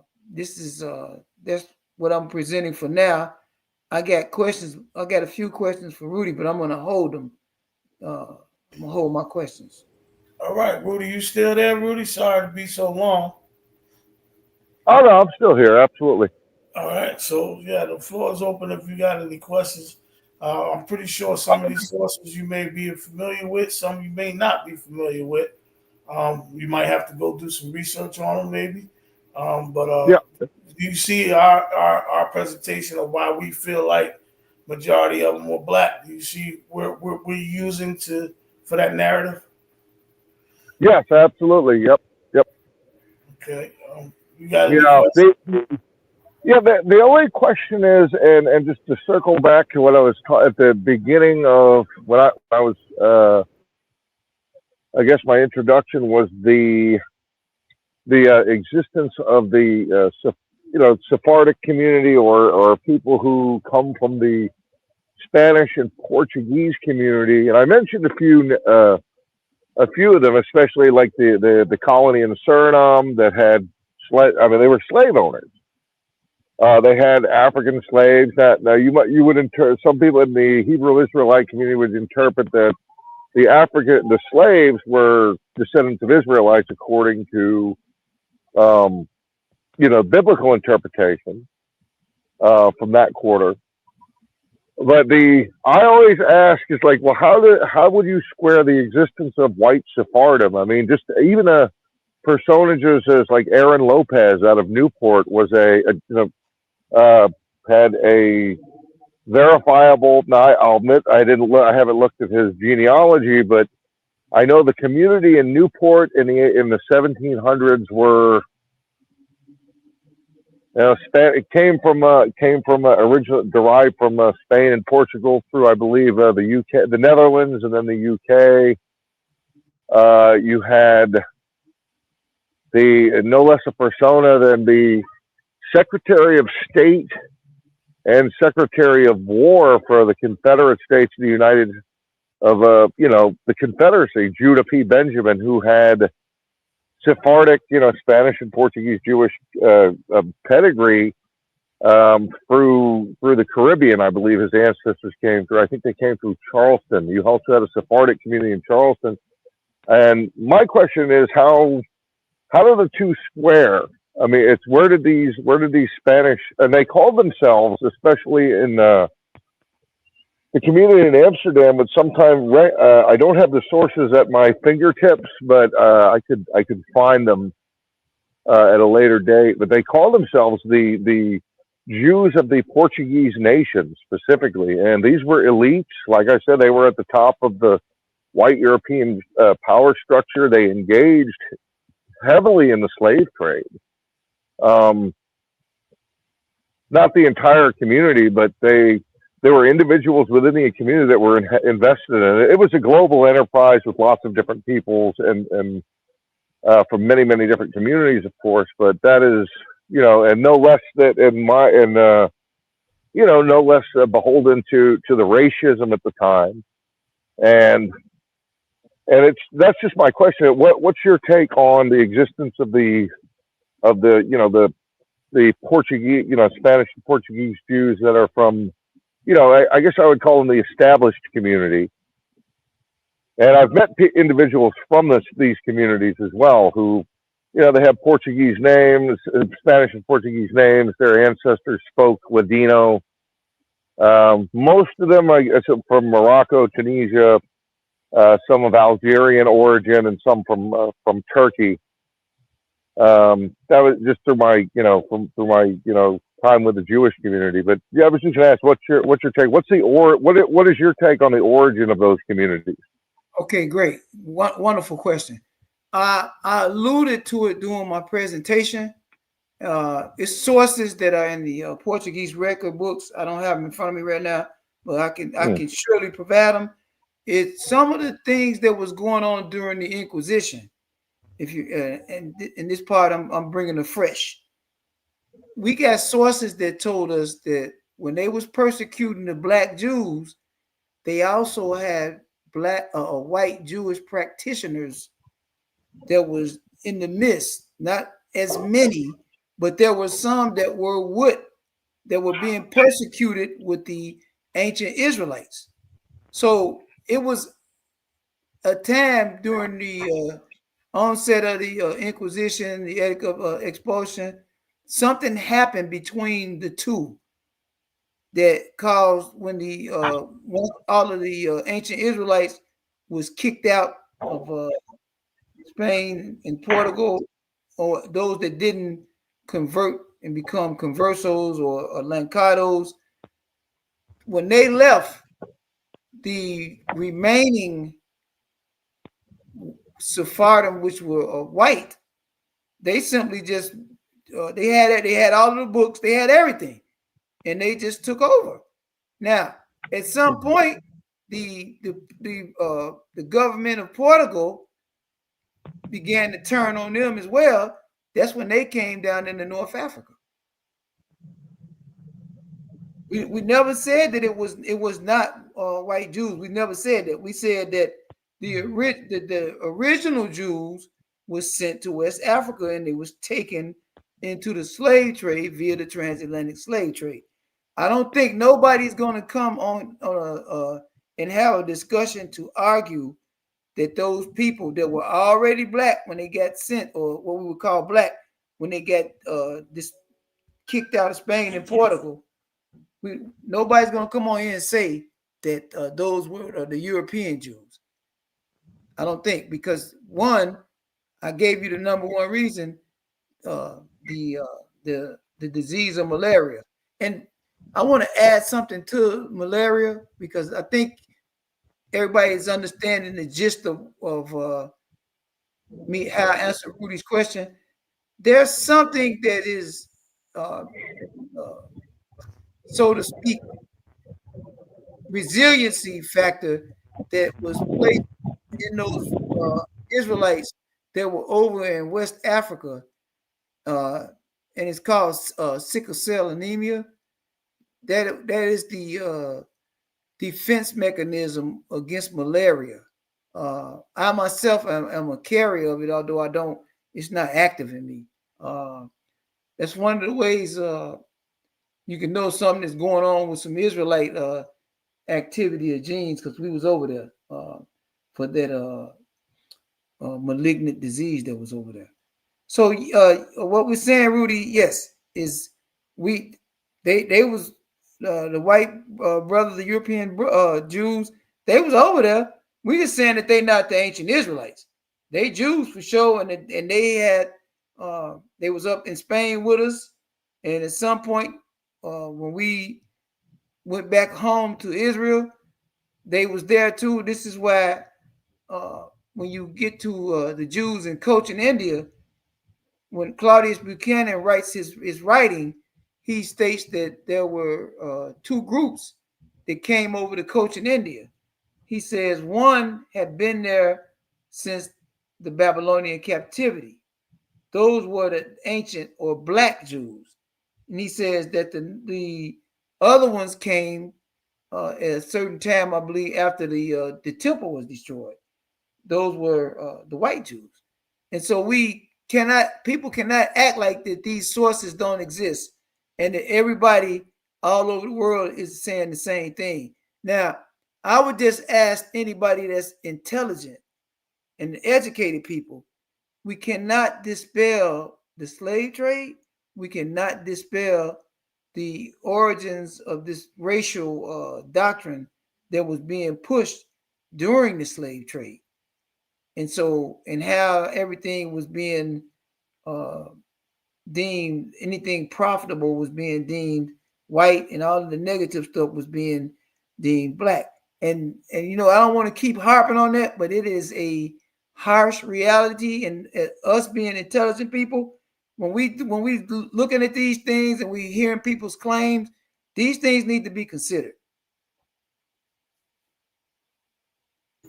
I got a question for you, Rudy.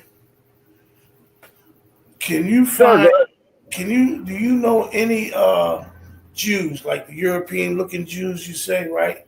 And like Yashia said, we was never discredited saying they didn't exist. We just were saying the majority was converted over. I mean, was not converted and was deposited in Africa.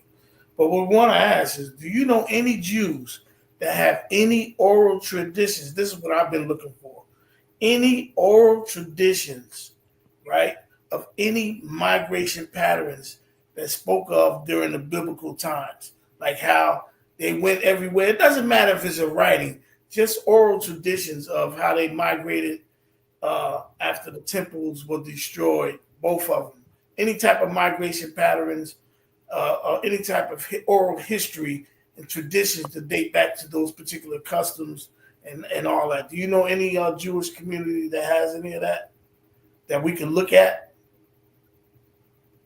I don't know of any outside of like for example, Ashkenazim and Sephardic communities and most of the Mizrahi communities. Yeah, they only have documentation going back to the Middle Ages. So let me explain to you why I said that. But I need you to listen to this because this is important. Yeah. I asked you because it was a rhetorical question. So myself, Yashia and myself is in an academic group, right? With a lot of Egyptologists, a lot of linguistics, anthropologists. In fact, we're on a list to start taking courses for anthropology, right? And I've asked that question because they asked the same question. And these are all scholars.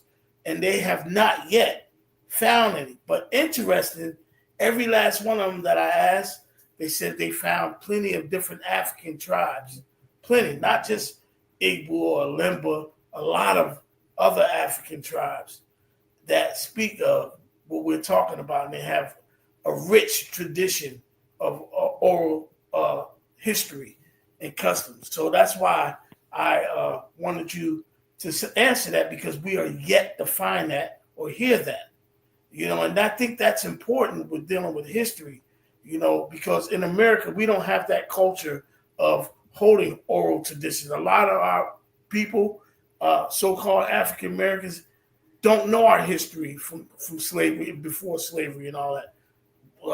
With the spirit of Yah, he has blessed our community and Yashia and myself and others in other communities, and not these camps. And I'm not knocking these camps, but I'm speaking of people that really love the Most High, to research these things and look and dig deeper for these things, because we have to understand. And I don't know if you know some of these Egyptologists. I got some coming on soon, hopefully the beginning of the year. They mention a lot of racist, biased history in these particular books after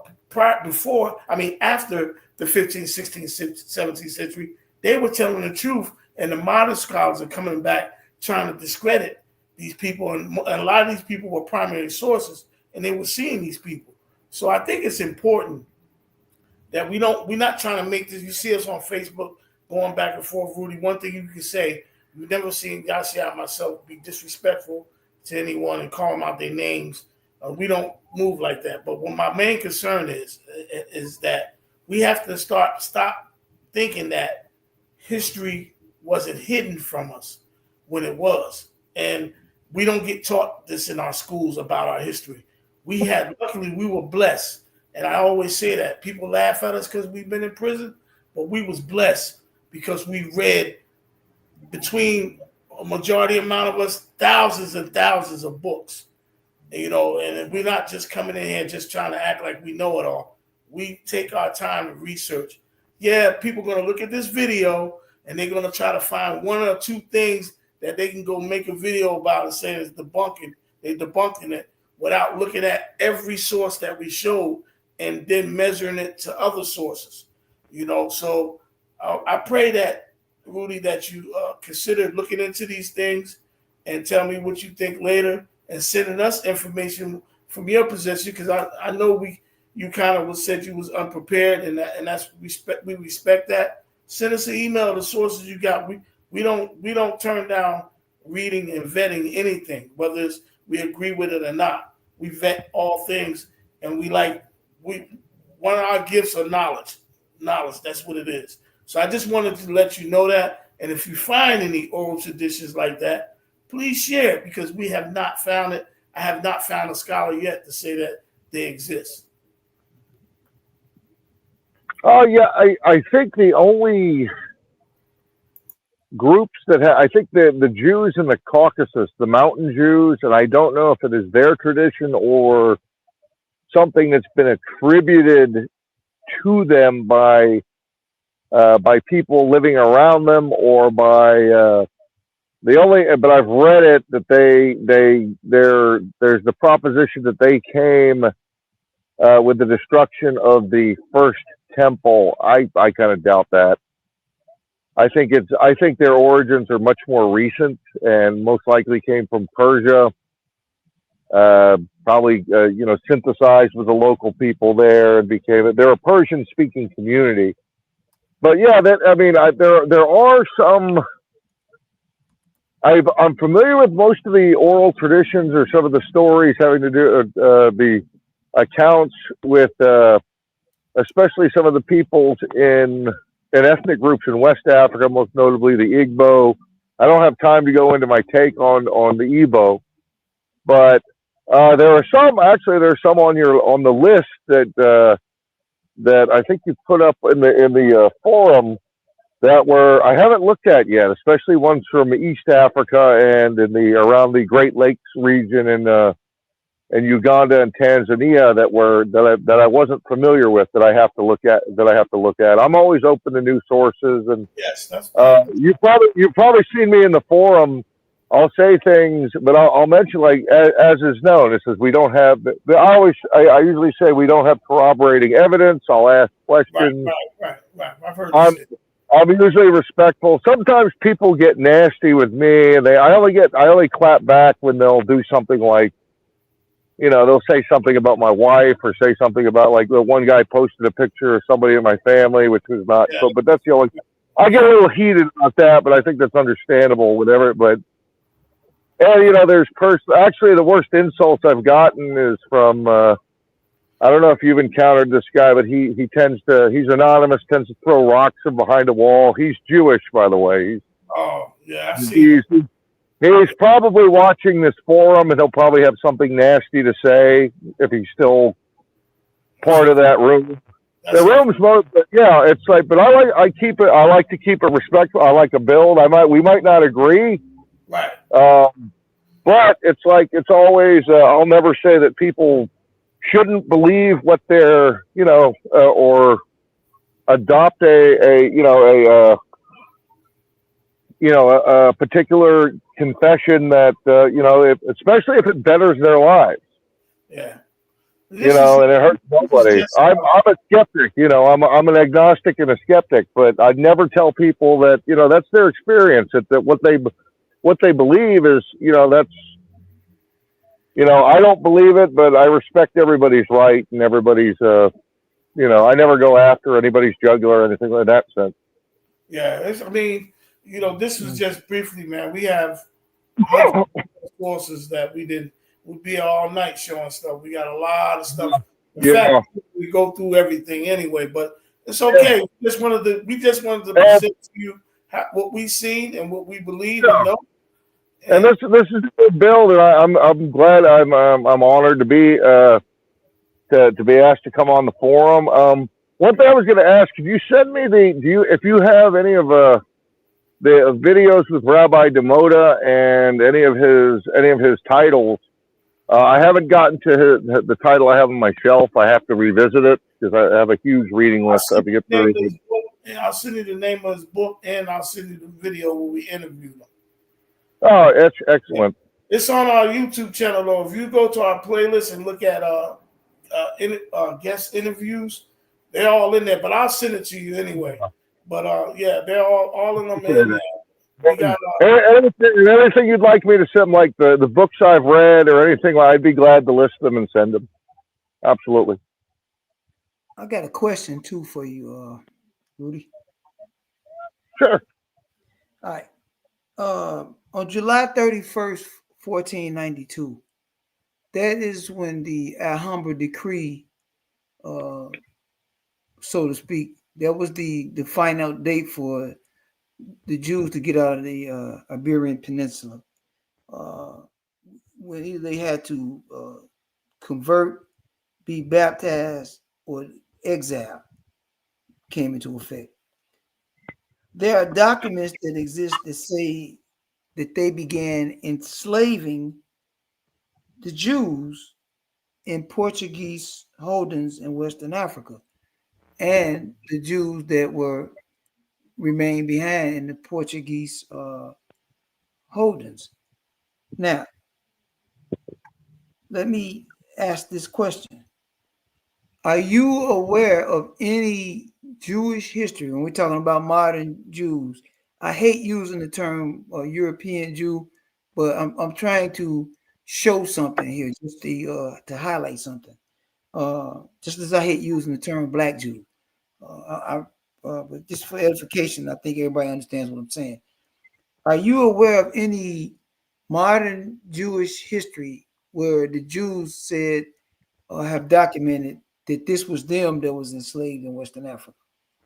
Or do you need time to research it and get back to us? Because I'm sure you know I would have to research that and research the kind of revisit the things I've read about Jewish communities in West Africa, in Portuguese West Africa. to get the end to what happened to, if they were. One of the questions I always have is there any documentation that any of them got caught up in the transatlantic slave trade and ended up in the Americas? And it's I've never read. It's like it's usually from my perspective, it's mostly speculation, because and people will say, well, they lost their identity, it was beaten out of them. But well, hold on. So if you know Tudor, you said you spoke to him. The Limba has oral traditions and gave oral testimony of a lot of them being, not a lot, a majority of them being on the slave trade. Yeah, so they mentioned that a lot of them came in, and a lot of them migrated to South Africa, and a lot of them was captured and put on slave ships.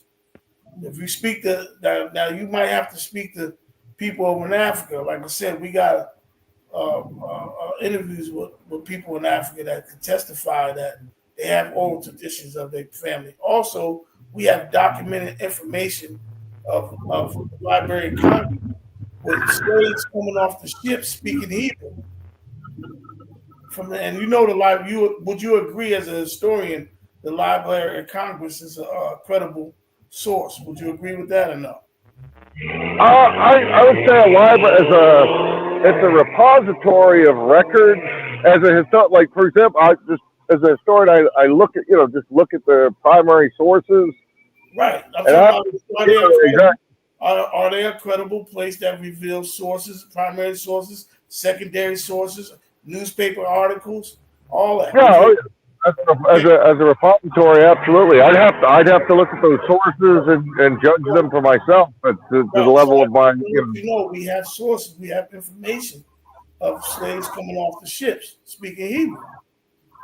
So if you could send me those, I would. Yeah. Yeah, that right there will be enough information as well. So, we gotta stop. Hey, Rudy, we gotta stop. We gotta take off the blinders and look a little bit deeper, because something's not adding up, man. Especially with the Europeans. When were they ever in Africa that the DNA would be over there heavy? If there was that many of them went into West Africa, it would be over there heavy. Yeah, it was more than Sao Tome. That's the confusion. We gotta use critical thinking too, Rudy. It will be over there. If they got deposited, the scriptures say beyond the river of Ethiopia, that's south. That's the Nile, what Yashia just showed you, the Nile River, all that stuff back up in the south from beyond the rivers of Ethiopia. Sudan, all that. So where's their DNA being over there? It's not until the modern time of South Africa and all that. Now you see them, it's over there heavy. So we're not racist, man. I told you we have European Caucasians in our community. They tell you. So, we just want the truth back that's been hidden for decades and thousands of years, who we are.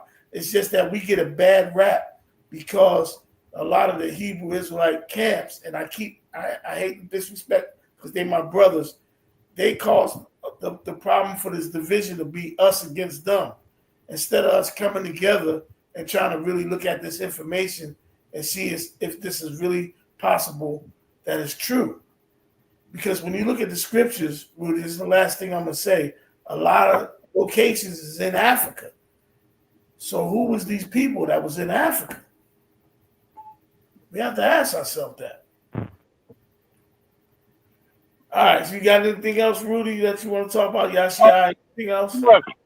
No, I'm pretty much good. I got to get back on the road, but I'd like to do this again. We'll keep in touch. If you could send me those sources regarding the slaves coming off the ships and speaking Hebrew or having knowledge of Hebrew, I'd like to look at it. You have my email and all. Yeah, hold on, we live. Let me be clear. I don't have plural slaves. I don't have that. I have one slave that they spoke. Okay.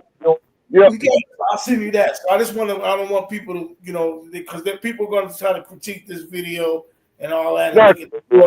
So I want to be clear it's one slave that was roaming around in New York that came off the slave ship. He was a slave, an African. He spoke Hebrew, and we do have that source. And I'll send we got another source where this is where I caught Garfield Reed lying about on in one of the chats, and then he didn't know about it, and he tried to convince me to leave it alone. They had Hebrew translators on the slave ships, and so since nobody has given us no evidence, no sources, let alone a primary source, that these were the European Jews. Who do you think that the translators was translating Hebrew for? Why would you translate Hebrew for African slaves if they Africans and not Hebrews, or at least speaking the Hebrew language? And so we got a source of that. I make sure Barry White get that and forward it to you as well. Yeah, that's something I'd like to look at as well. Absolutely. It's been a pleasure, Rudy. It's been a nice Yeah, conversation. it's been a good deal. It has. It has. Yeah. And again, it's a pleasure and honor to be here. And I look forward to, if you'll have me on again, I'll be looking forward to be part of the conversation. And no problem, man. No problem. You're welcome anytime, man. Anytime. All right, take care. Best to both of y'all and your families. Be safe. Same to you. Bless. You as well. Right, You as well. take care. Yep. Bye-bye. Shalom. Bye bye.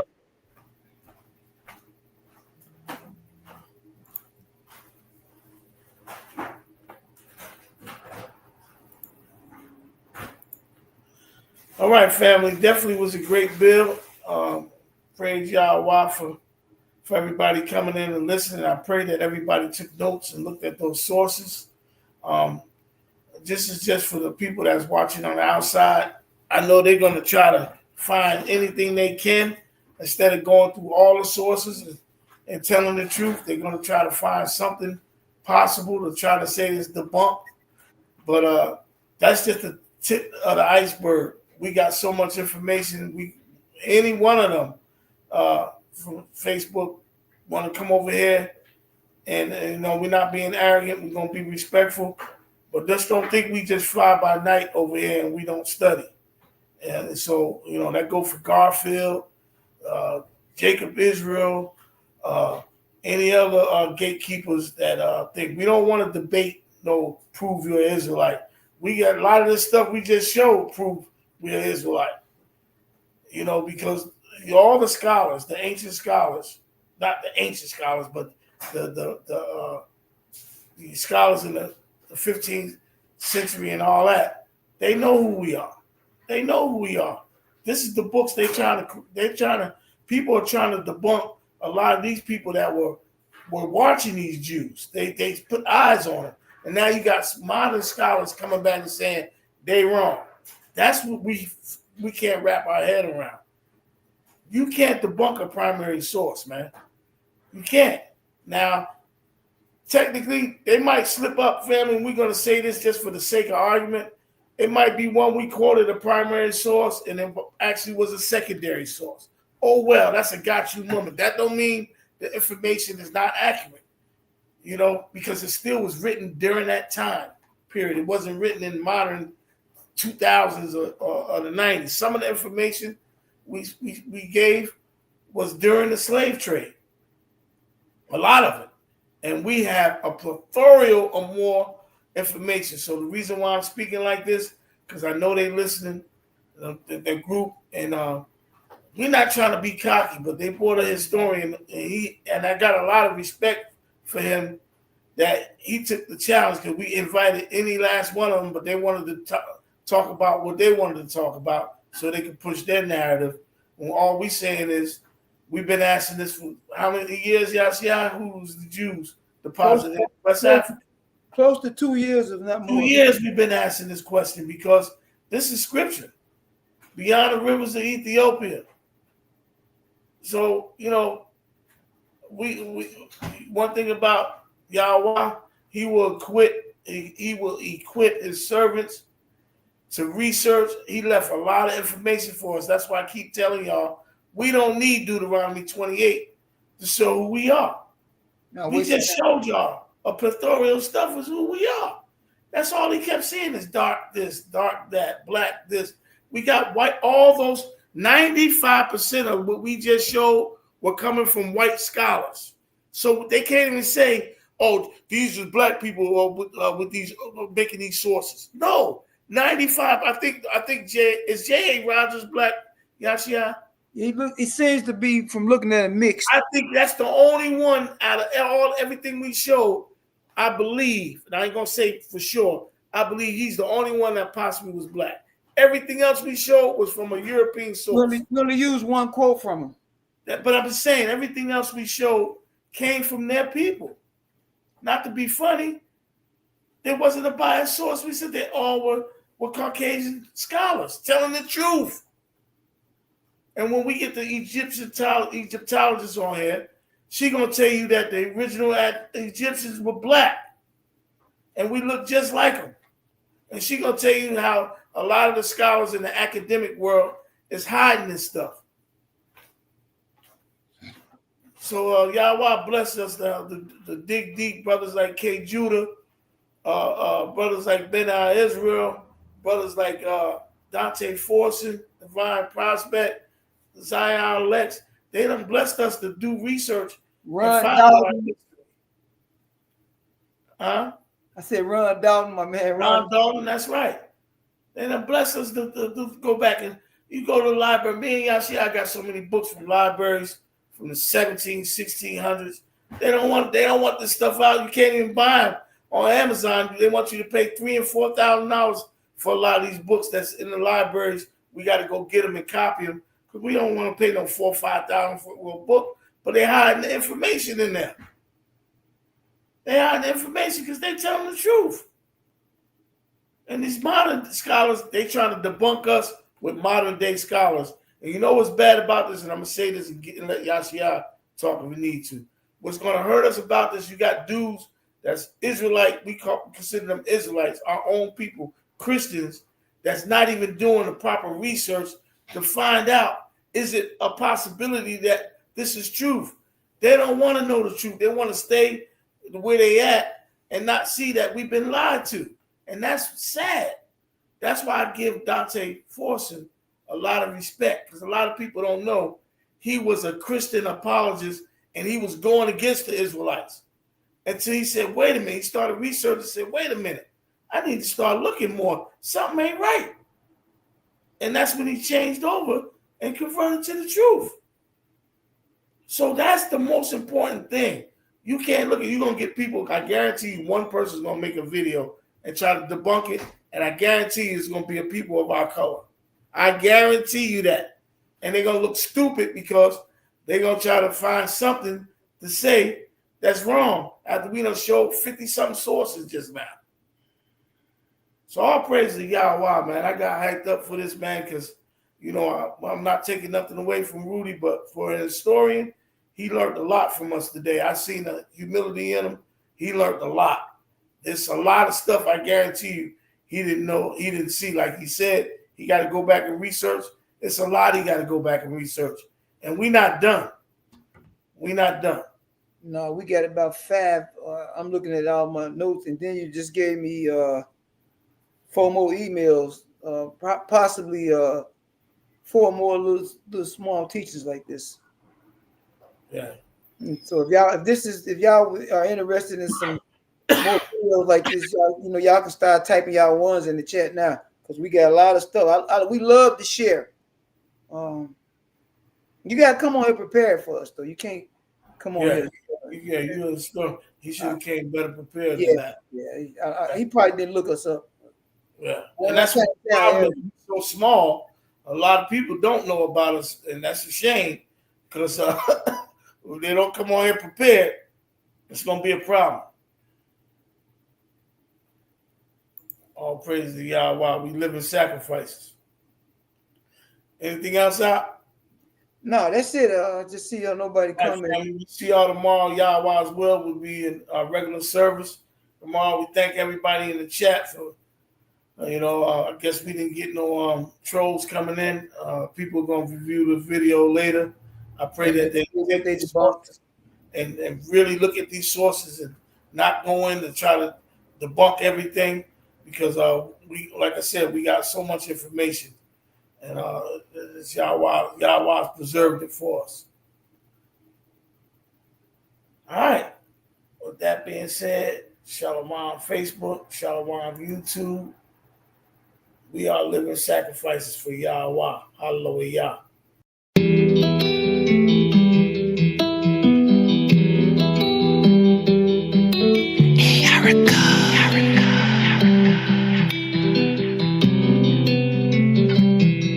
I'm a living sacrifice. I chose to be a service to the people that be hurting. Lord knows I don't deserve this life.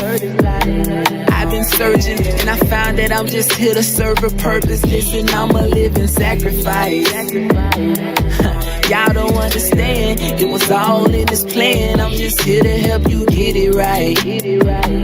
No, I'm not your average Israelite, cause I am the light. Who I am in this flesh ain't important at all. I'm just here to save as many as I can till I'm gone. Everybody got a lane, I just stay in my own. I never worry about the next and what they got going on. God gave me a mission, so I move a little different. Everything I say and do, it ain't me, it's the spirit. Yeah, that be God that you hearing. He uses me as a vessel. When he wanna take control, I don't fight, I just let him. I sacrifice my carnal life so I can do this work. I'm trying to save a few souls before I leave this earth. I hope and pray that when you hear this, you digest these lyrics. Just know we out here in these trenches, no square business. I'm a living sacrifice.